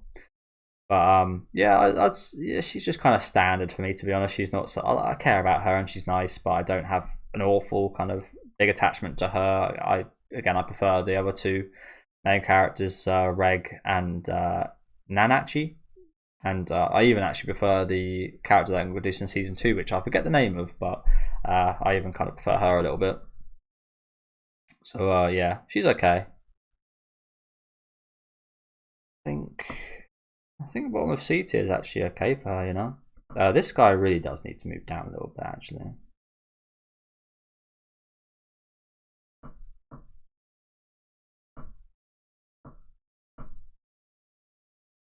That's better. As they would move over to what's his name? What's his bloody name? Sorry guys, remember total brain fart here. I've been saying so many Japanese characters' names, it's getting to me a little bit, I think. Sugimoto, there we go. So again, you could have Sugimoto, you could have Asharipa here. I think I'd rate them very close together anyway. I think they kind of come as a pair a little bit, don't they? I do really like Sugimoto. Again, not my favourite character in the series. I really like Shiraishi. I really like Hijikata's cool. I like, what's his name with the cat eyes, and obviously my favourite character is Sarumi. But Sugimoto is definitely up there as one of my favourite characters. And yeah, I love Golden Kamuy, love the humour, love Sugimoto's humour, but also Sugimoto can get a little bit crazy as well. But yeah, really good story. Again, his backstory is pretty cool as well, from being in the war and such. Obviously his objective now is pretty cool, and just a really solid I'm speaking like Japanese now. Solid. Really solid main character. Really solid main character. It's because again I've been saying so many Japanese names, my accent started to change a bit throughout the video. But yeah, really like Sugimoto. I don't think he can go in A tier just because again there's characters I prefer from the series that would go higher up here. Definitely up there for me. I think we'll go, yeah, just above Broly here in the top of B tier. And you know what? I think I am actually going to change around Tenma and Fuko there, actually. As we move on to, oh, what's her name? The main character from Fruits Basket. Although again, you could say there's like 2 or 3 main characters of Fruits Basket. Kyo. I forget her name. What's her name? Sorry guys, I'm just gonna look it up real quick. Is it also Yuki? Kyo, Kyo, Yuki, and I forget her name. Sorry guys. Again, another show of a big cast and a very awesome big cast of that. Pretty much all of the characters in the show are very well written. One of my favourite romance anime. But it feels more though. It's almost a bit like JoJo's. It's almost like a bit of a generational drama as well. It's a generational drama romance show. Toru, that's the one. Yeah, I love Toru. She's a lovely girl. I think I can understand why people might find her a bit like too perfect. I've felt this way about characters before, where they're just like too good and too nice. But she genuinely is just like super heartwarming every time I see her on screen. Again, her story and her relationship evolution with Kyo is fantastic. Again, she's not one of my favorite characters in the show. She's definitely up there, but I wouldn't say she's my favorite. But yeah, if I was to like meet her in real life, you just absolutely love her. You just love people like this. So I think she'll be going towards the top of B tier, and quite high up the top of B tier as well. I think she's one of those characters I do have quite an emotional kind of I don't really know what to call it, but bond with, I guess. I don't know. I wouldn't really call it a bond, but I'm quite invested. Yeah, I think that's good. Just below Joseph. As we've then got this guy from Fate Zero, and I can't remember his name for the life of me. I didn't really enjoy Fate Zero too much. It just kind of felt like I watched season 4 of a show. Like I was just thrust into things, and things didn't really make too much sense. So I didn't really get along with Fate Zero too much. There were some fantastic episodes in there, but yeah, I didn't really get it. I feel like if I had an actual kind of watch order or something, I might actually end up like sitting down and watching this show. But Emiya Kiritsugu. I remember there being quite a dramatic plane sequence with him, wasn't there? I think there was like a bomb involved or something. I remember seeing quite a bit of his backstory on like a beach kind of town place as well, I think it was. Again, I could totally be messing this up. This was like 5 odd years ago. But yeah, I remember he was decent. Again, I didn't have too much of a reaction in general to the series in terms of like I didn't majorly kind of love it or anything. So he will go C tier, and probably in the middle of C tier. I think I can recognize his storytelling was very good, but again, I just wasn't in a space of actually kind of fully understanding how this kind of mattered or anything like that. The context of it, or the context of it within the story, like I said, I feel like watching it starting from Fate Zero, just like it wasn't a good idea as a new viewer. Again, I can recognize that he probably actually was quite well written, so I will actually place him up here. I put him top of C tier because again, I don't really feel comfortable putting him any lower than that, to be honest with you. Then got, is it something? Civil? It's like, he's got a strange name, I know that. It's like Cecil or Sizzle or something, right? From Death Parade. I didn't really feel too much kind of relation between me and this guy for sure. I don't think he's going to go too high up. Decim, that's the one. Cecil. I guess Cecil's quite close. Decim. Again, it was more so the show was kind of based on the characters that were going through like the games and such, rather than focused on him. So he was a good vessel for us to see things through. And the new hire woman, but again, I don't really feel any kind of way about them. It was a really good show and had some really good kind of stories in there for sure. But character wise, it didn't really have anyone I kind of related to or really felt a bond or anything with too much. So more of those kind of more of that kind of more of a story show than a kind of character based show, which is actually quite rare in anime. I feel like most shows are quite character based. Yeah, Decim will go.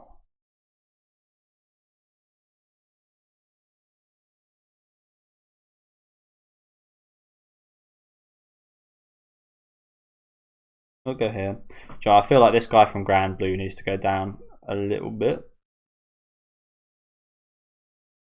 Also, do feel like Helk and the main character from Solo Leveling need to go down a little bit as well.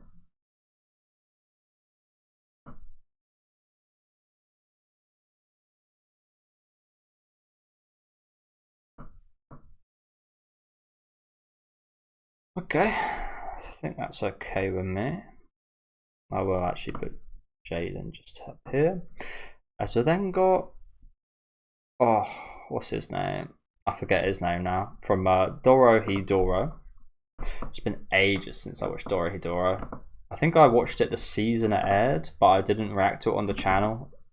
I think this came out like exactly when I started reacting to anime on the channel, but I didn't do weekly reactions.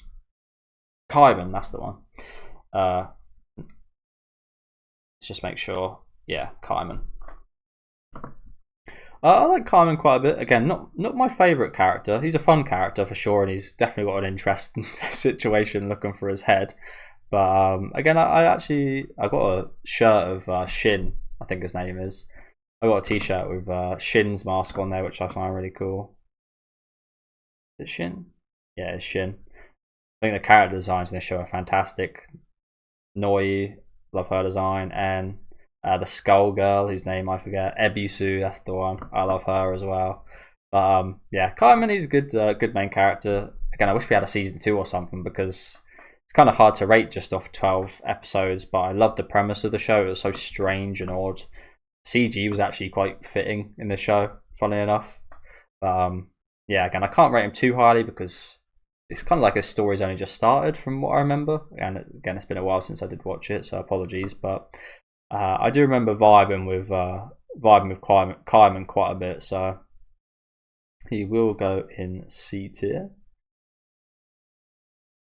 And I think we'll put him just above Saiki K. Yeah. To be honest with you, at this point, I'm not even sure the ordering's correct, but at least the tiers are. As we then have Lelouch v Britannia from Code Geass, which you guys know is one of my favourite anime. It became my favourite anime when I watched it after I finished, and it's just kind of stayed there ever since. Just it's one of those nostalgia things of, I think it'll always be my favourite just because of that first watch through, just how much it hit me at the end of season 1, the end of season 2, just like how much it made me like emotional and such. It really resonated with me quite a bit, and I can't ever really top that unless I watch something else for the first time that's as amazing. But yeah, as a main character, again, maybe critically talking, like writing wise, maybe he's not nearly as good as any of the S tier characters or even those in A tier, but again, there's something that really kind of latches you onto the emotions of his character, and just like, again, especially like, again, thinking about end of season 1 where with Yuffie, and end of season 2 where with what happens at the end. Again, I'll try not to spoil for any of you guys that haven't watched. Yeah, it's just hits you so hard on an emotional level. Even like the stuff with Rolo I found really quite emotional as well. So yeah, S tier. And again, a lot of personal bias going into this one. But within the S tier, I do recognise that it is personal bias. Like I said, I feel like quite a lot of these characters are better written. Like I said, it's going to be really hard to get over Bon and the writing his character has. So I think we'll put him there in S tier. Yeah. Okay. Oh, what's going on here? Oh, there we go. Okay, so next we've got Light Yagami, who was another one of the first anime I watched, as I did mention earlier. And I think he's a brilliantly written character, isn't he? I need to rewatch Death Note because it's been years since I watched it. But yeah, Light is such a complex character, isn't he? In terms of like, well, it's complex in a way, but it's also like it is just like kind of common sense. You can see a lot of people doing what he would do, but he is actually like smart enough and genius enough to actually do it and get away with it for the most part. But yeah, love Light Yagami, love the relationship he has with the characters. Again, of course, especially Ryuzaki. Yeah, just one of the, I feel like in general, one of the best written and one of the best premises in anime, and it's absolutely delivered upon with the kind of story writing and the character writing. Although I will say there isn't as many strong characters. There is just like for me it is Light, and Ryuzaki. I didn't like I think it's Mello and the kid with white hair. I didn't enjoy them nearly as much when I watched it back then. Again, I could do a rewatch, so that might change my opinion, but it was just like, yeah, Light and Ryuzaki, the two major standouts. So out of the two, I probably would go with Light as well, just because he is the one committing. So it's like a really interesting point of view. But it's also interesting kind of trying to figure out this mystery as well, isn't it? But yeah, where are you going to go, Light Yagami? Oof, okay, so he's at least here.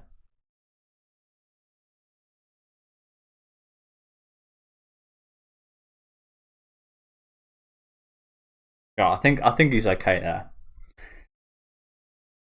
As we then move on to Shinra, I think his name might be Kishita. No. Doro. No, not Dorohedoro. This one's Durarara. Similar titles these, aren't they? But yeah, I quite like Durarara. Again, it wasn't my favourite thing ever. I thought it was pretty well written in terms of the story. I feel like it intersected really well. But honestly, again, the characters, I didn't really on too much of any of them. I really liked Shizuo. I thought he was cool, but we didn't see too much of him. Mikado, that's the one. My bad. Yeah, Mikado was alright. Again, I didn't love his character. His developments were alright, but yeah, not my favourite character in that show for sure. He was decently written though, so I think we'll put him. I think we'll put him B tier. I think we'll put him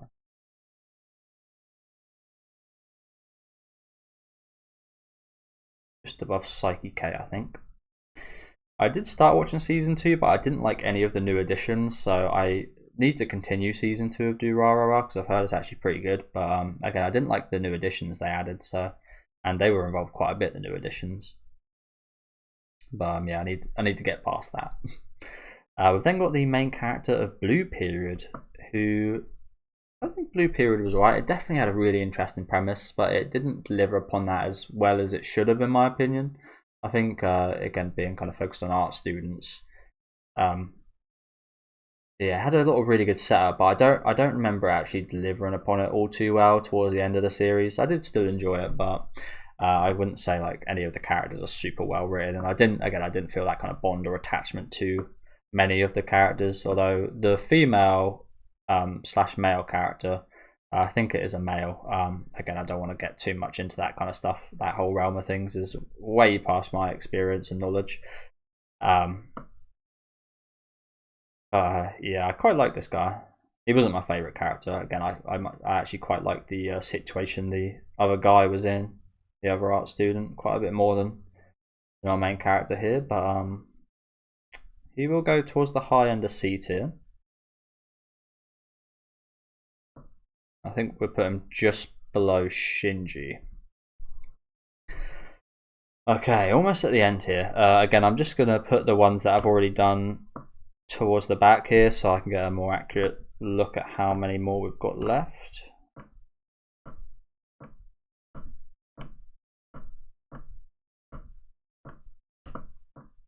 And the ones I don't recognize as well, of course. Okay, we haven't actually got many left. We've got 1, 2, 3, 4, 5, 6, 7, 8, 9, 10, 11, 12 left. Okay, we're almost there, guys. This is going to be such a long video. Thank you, guys, if you've watched it all the way to this point. I know a lot of the time people just skip to the end, so obviously you can do that if you like. As we next got Sankyo.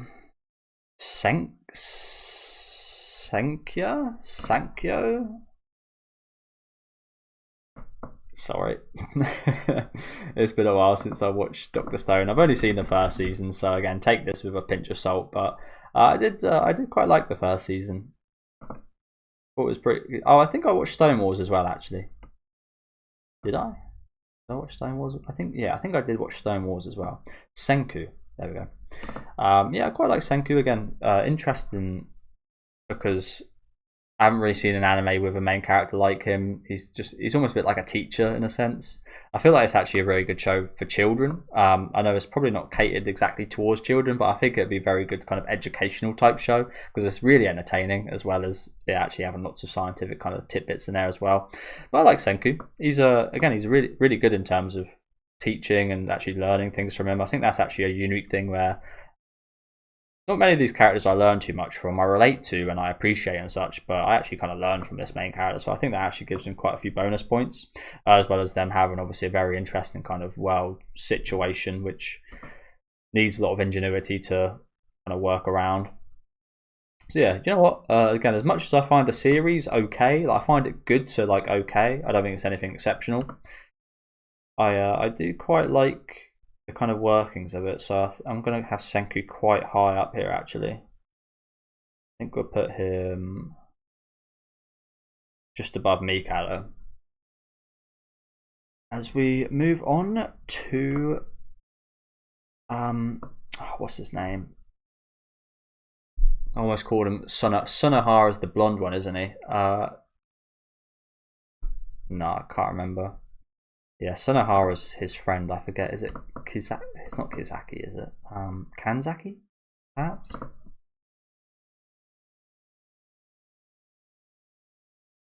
I forget. Sorry, guys. And this is I'm talking about one of my favorite anime ever here, and I don't even remember the main character's name. Okazaki. That's the one. Tomoya. So yeah, as I just said, After Story especially, I like Clannad. Clannad's alright. I think that is just like a nice setup to what is one of my favourite anime I've ever seen. And his story of his child and his wife, I don't think she is his wife actually, I think it might just be his girlfriend, but yeah. Him and his kids, love the scenes of him with his kids towards the end of the series, just on the train and such, going in the field, and it's again just like I said with like Nana earlier, it's so human. It's just like really like, again, I'm getting a little bit emotional thinking about it. I always get a little bit emotional thinking about it, but yeah, that series really connected me on a level that not many do. So I think we will go S tier.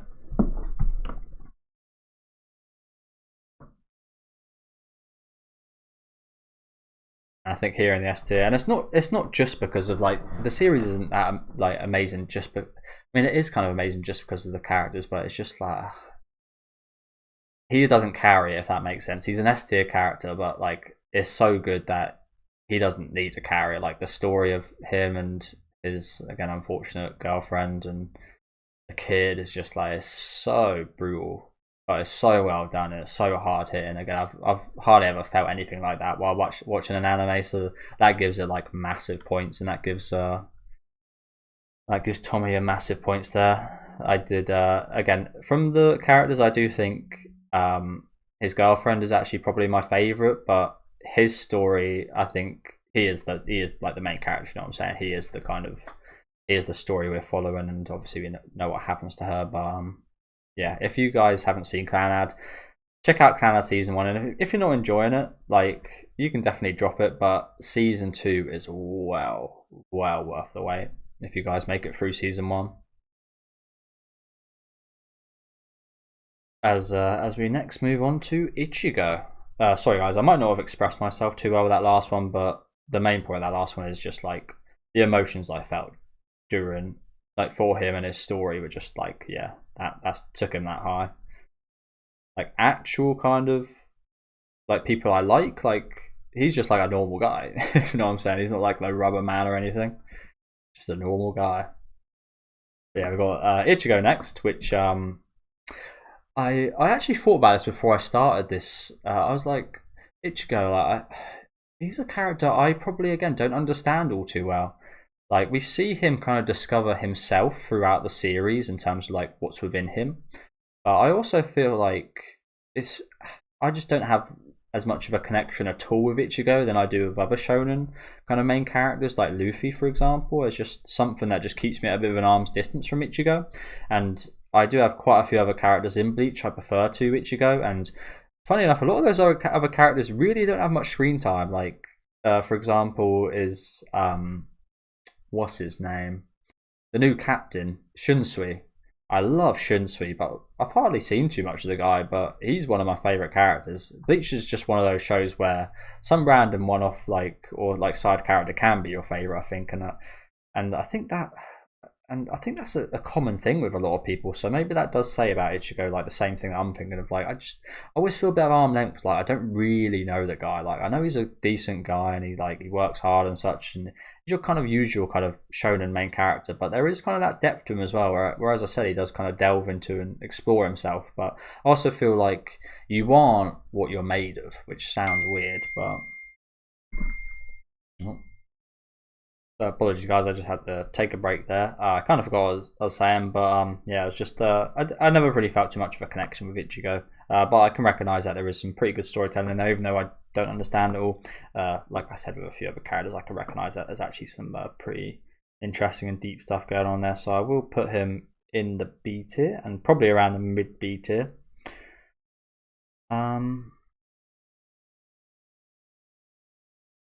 Yeah, I think we'll put him here just below Hinata Shoya. We'll move on to Tai from Digimon, which, again, Digimon was always one of my favourites, but to be honest with you, none of the characters were ever too much of a favourite for me. It was actually like the Digimon and probably the is it Cyberdramon and like Digimon like that. I really like Magna Dramon's one of them. And yeah, so it's always the Digimon that was my favourite thing, and like having them being like digital beings that can evolve a little bit like Pokemon, but I actually prefer the kind of evolution methods and such of Digimon.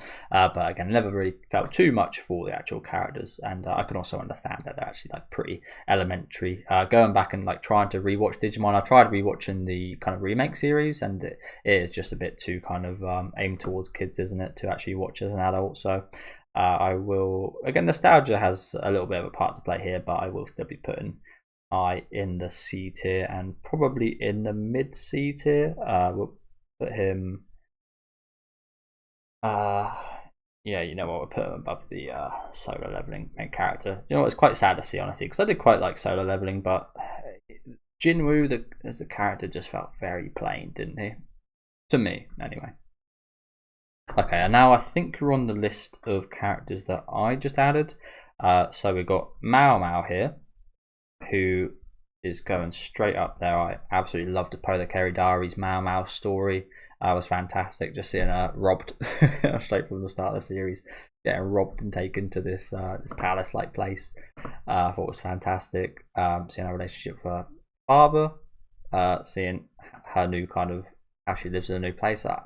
How smart she is. People were getting really annoyed with me at the start of the show because I just kept saying about how she could like change the world with her knowledge, and just how she is. And yeah, she's really charming. Lots of really cute moments. Loved her relationship with Jinshi. Yeah, I do love Mao Mao, and one of my favorite new anime that has come out recently. So Mao Mao is certainly going up the levels here. It's just whereabouts is she going?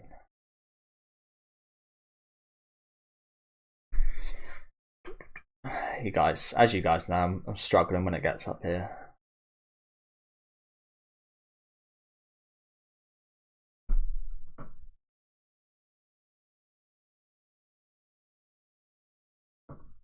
I think, again, maybe recency bias, but I think Mao Mao going up there, and it's such a shame as well because I heard that the author recently got like arrested or something for not paying taxes. Really annoying because I think now she can't write the manga for like 3 or 4 years, so probably going to be quite some time before we get another Apothecary's Diary anime or any source material, which sucks. Even if we do get another season soon, it'll be ages to the next one. Yeah, she fucked over a lot of people doing that. Yeah, we'll move on to Alucard from Hellsing Ultimate. Again, a movie. I don't remember all of it. I remember it being a fucking hell of a time. It was pretty fucking batshit crazy and not what I was expecting at all. I was not expecting like Nazis and shit like that. But yeah, he's just got an aura about him. It's a little bit similar to D, I feel like. Again, I can't really relate to him too much or anything, but he's just got that cool ass aura of just... I think both of these need to go a bit higher, actually. Yeah, I feel like both of these guys need to go a little bit higher. I think we're putting both just below Jolene. Again, mostly just for the vibe, and I do actually think Alucard is a little bit cooler in my book, because maybe it's due down to like the animation and the time the movie was made, but I do remember Alucard being a little bit kind of crazier. He's D is quite a bit more on the cool, calm kind of collector side, whereas Alucard does get a little bit nuts. He's cool, calm collector as well, don't get me wrong, but yeah, he's got a bit more carnage, which I like. Again, it's quite hard to kind of judge character, like both these characters, when I've just watched one of their movies each. Although I do think there is quite a bit more material for both of them. So again, take my opinion as a pinch of salt there. As we move on to Itadori, which again probably going to be quite a controversial one, especially because I actually really do like Jujutsu Kaisen. But as someone that likes Jujutsu Kaisen, I can say with confidence I like Jujutsu Kaisen because it's got some really awesome fight scenes. The story, I wouldn't say it's non-existent, but I don't really care about the story. I care about what happens, don't get me wrong, but I'm there for the fights. I'm there for the big kind of character moments, the deaths, the fight scenes, the animation.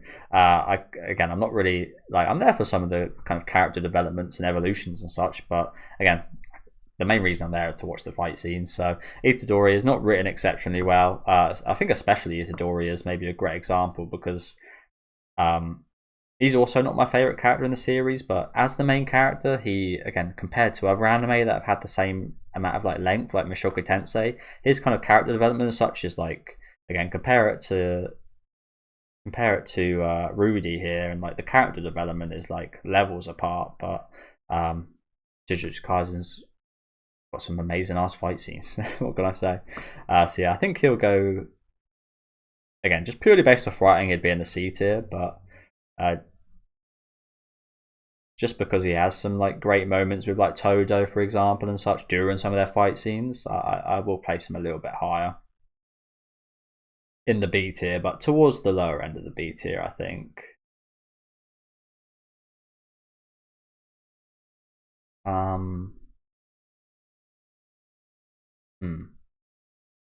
This is actually quite a struggle. This one's actually quite a struggle. So I don't think he's got as much aura as like a D or an Alucard. But I also think he is actually quite a lot better than two of these below him.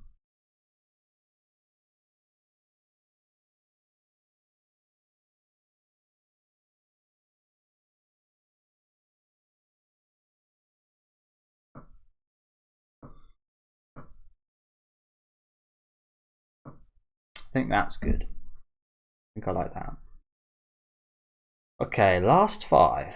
So we've got Fushi from To Your Eternity, which again, another series I have a bit of a negative opinion of because they copyright strike me, especially when I enjoyed their series so much.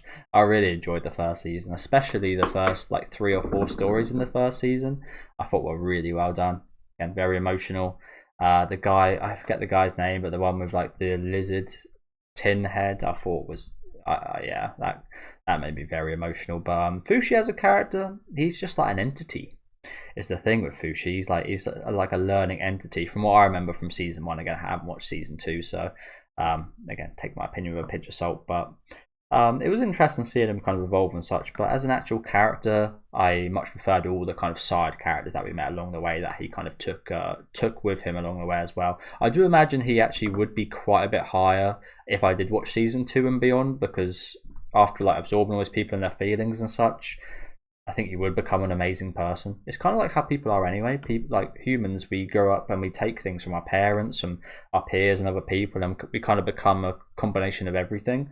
And he's kind of the same. He's kind of doing that same thing in a different manner, of course. Don't get me wrong, but yeah, I do think it's a very interesting concept to a character, that's for sure. And like I said, he's got a lot of potential, but I didn't watch season 2 because again, I obviously can't watch it on the channel. I'm a little bit salty the fact that I'm not allowed to watch it on my channel anymore. When one, it was doing well on my channel, and again two, because I had such a great time with it. I felt so emotional during some of the scenes. Like, oh, you took my videos off when I felt this way about your show. I think that's just Japanese companies for you, though. Yeah, Fushi. We will go B tier. Low in B tier though, I think.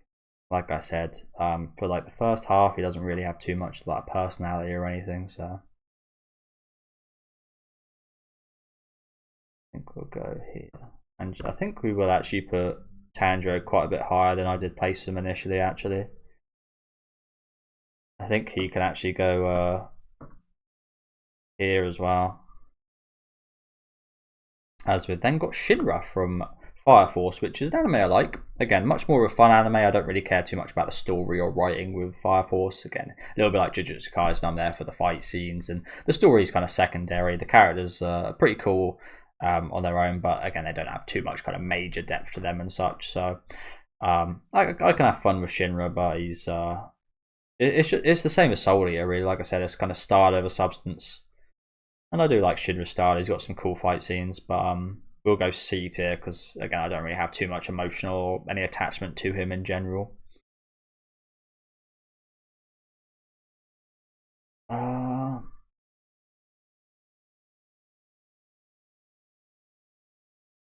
Yeah, I think that's good.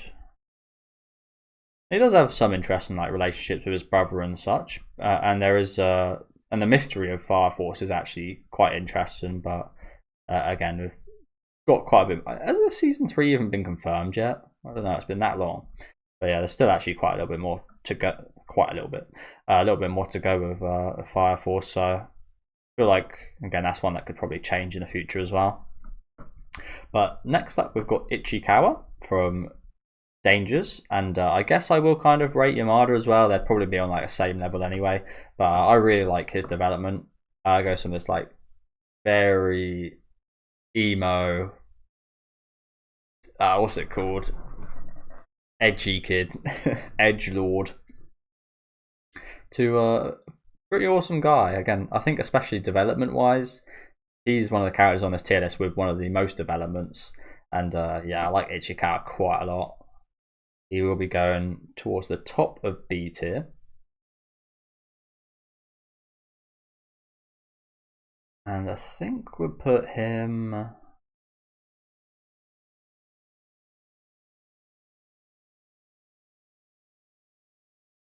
I think I'll put him here. Just at the top of B tier. And second to last, we've got David from... I almost said Edgerunner Blades. Cyberpunk Edgerunners. David's pretty cool. Again, not my favourite character, but again, the end of Cyberpunk Edgerunners was really emotional, and he was obviously a major part of that. And yeah, I quite like David's character. I loved his progression throughout as well. Well, obviously, I didn't love where it went, but it was interesting to see like how he did change throughout the whole 10 episodes. And again, I got quite emotional, but as I've said with many of these main characters, I didn't really feel, I don't know, it was really weird with Cyberpunk Edgerunners. Like I said, I felt really emotional, and I really felt like the weight of the situations, but I also didn't actually grow too attached to David specifically. Just because I felt like that way he does make it in the B tier. I think it will be pretty low B tier though. So I think we'd put him just below Fushi. And then the final one, rest my throat. I never talk so much as in a week or maybe even a month that I do in these bloody tier list videos. And as I did mention in the intro, I'm actually going to try to do a few more of these. They're probably going to be a bit shorter than these ones. I've got a few ideas, but please do let me know in the comment section the ideas for tier lists you guys have. I won't tell you guys any of mine at the minute, but I've got a few quite interesting ones, quite away from the norm, as well as a few kind of usual ones. But to finish off, there was a few characters here I didn't recognize. If any of you guys can tell me who they are. I think this guy is from Tokyo 24th Ward, which I didn't watch all the way through. Again, I don't think I watched any anime with this guy in. I don't recognize him whatsoever, and I don't recognize this guy whatsoever either. But yeah, if any of you guys can tell me what anime they're from, that would be appreciated. As we finish off with Yuko from Nichijou, which I haven't finished just yet, but I've only got 2 episodes left, so I do feel quite comfortable in rating Yuko. And again, Yuko is probably my favourite out of the 3 main characters. If Hakase was the main character, she'd probably be a bit higher, because Hakase is probably my favourite, but Yuko probably second. I really do like Yuko. Again, comedy anime, so it's not like there's not major kind of drama or kind of backstory or writing anything like that, but just a very fun character whenever she's on screen. One of the funniest characters in the show, and probably one of the funniest characters on this list in general. So she will be going in the B tier and pretty high up on the B tier. I think we'll put her here, just towards the top of B, and that is it. It's so big, I can't fit it all on the screen for you guys. I will see if I can kind of zoom out so I can get it all on here. Okay, cool. So yeah, there it is. Just make sure I'm happy with it. So in the S tier, we've got Gintoki, Guts, Thorfinn, Bon, Tomoya, Lelouch, Luffy, and Frieren. And there's the rest. Again, lots of these characters are very close to the S tier. I'd say pretty much all the characters in A tier probably have been in the S tier at some point in my lifetime, or perhaps will be. But yeah, do let me know what you guys thought about this tier list. Again, if you guys like these type of videos, as I said, I will try and do more of these, because I think you guys like these videos. I like making them. Not when they're like 4 hours. It's a bit hard on my throat, but I do really like talk about the characters and getting my feelings out there. As I know, I find that helps me kind of digest the anime a little bit as well. But yeah, again, do let me know what you guys think. Let me know what characters would be in your guys' S tier as well, and what characters would be in your guys' D tier. I do kind of feel bad for my guy from My Home Hero down in the B tier, because again, there's actually plenty worse characters in some of these categories, but he had the unfortunate thing of like his show just being absolutely awful. But yeah, again, do let me know what you guys thought. Leave a like on the video if you guys did like, and subscribe to the channel if you want to keep up to date with any of my reactions. Hopefully I should be back maybe in a couple of weeks with another tier list, so see you guys then. And please again, do let me know any ideas you have for tier lists. Have a good rest of your day, guys.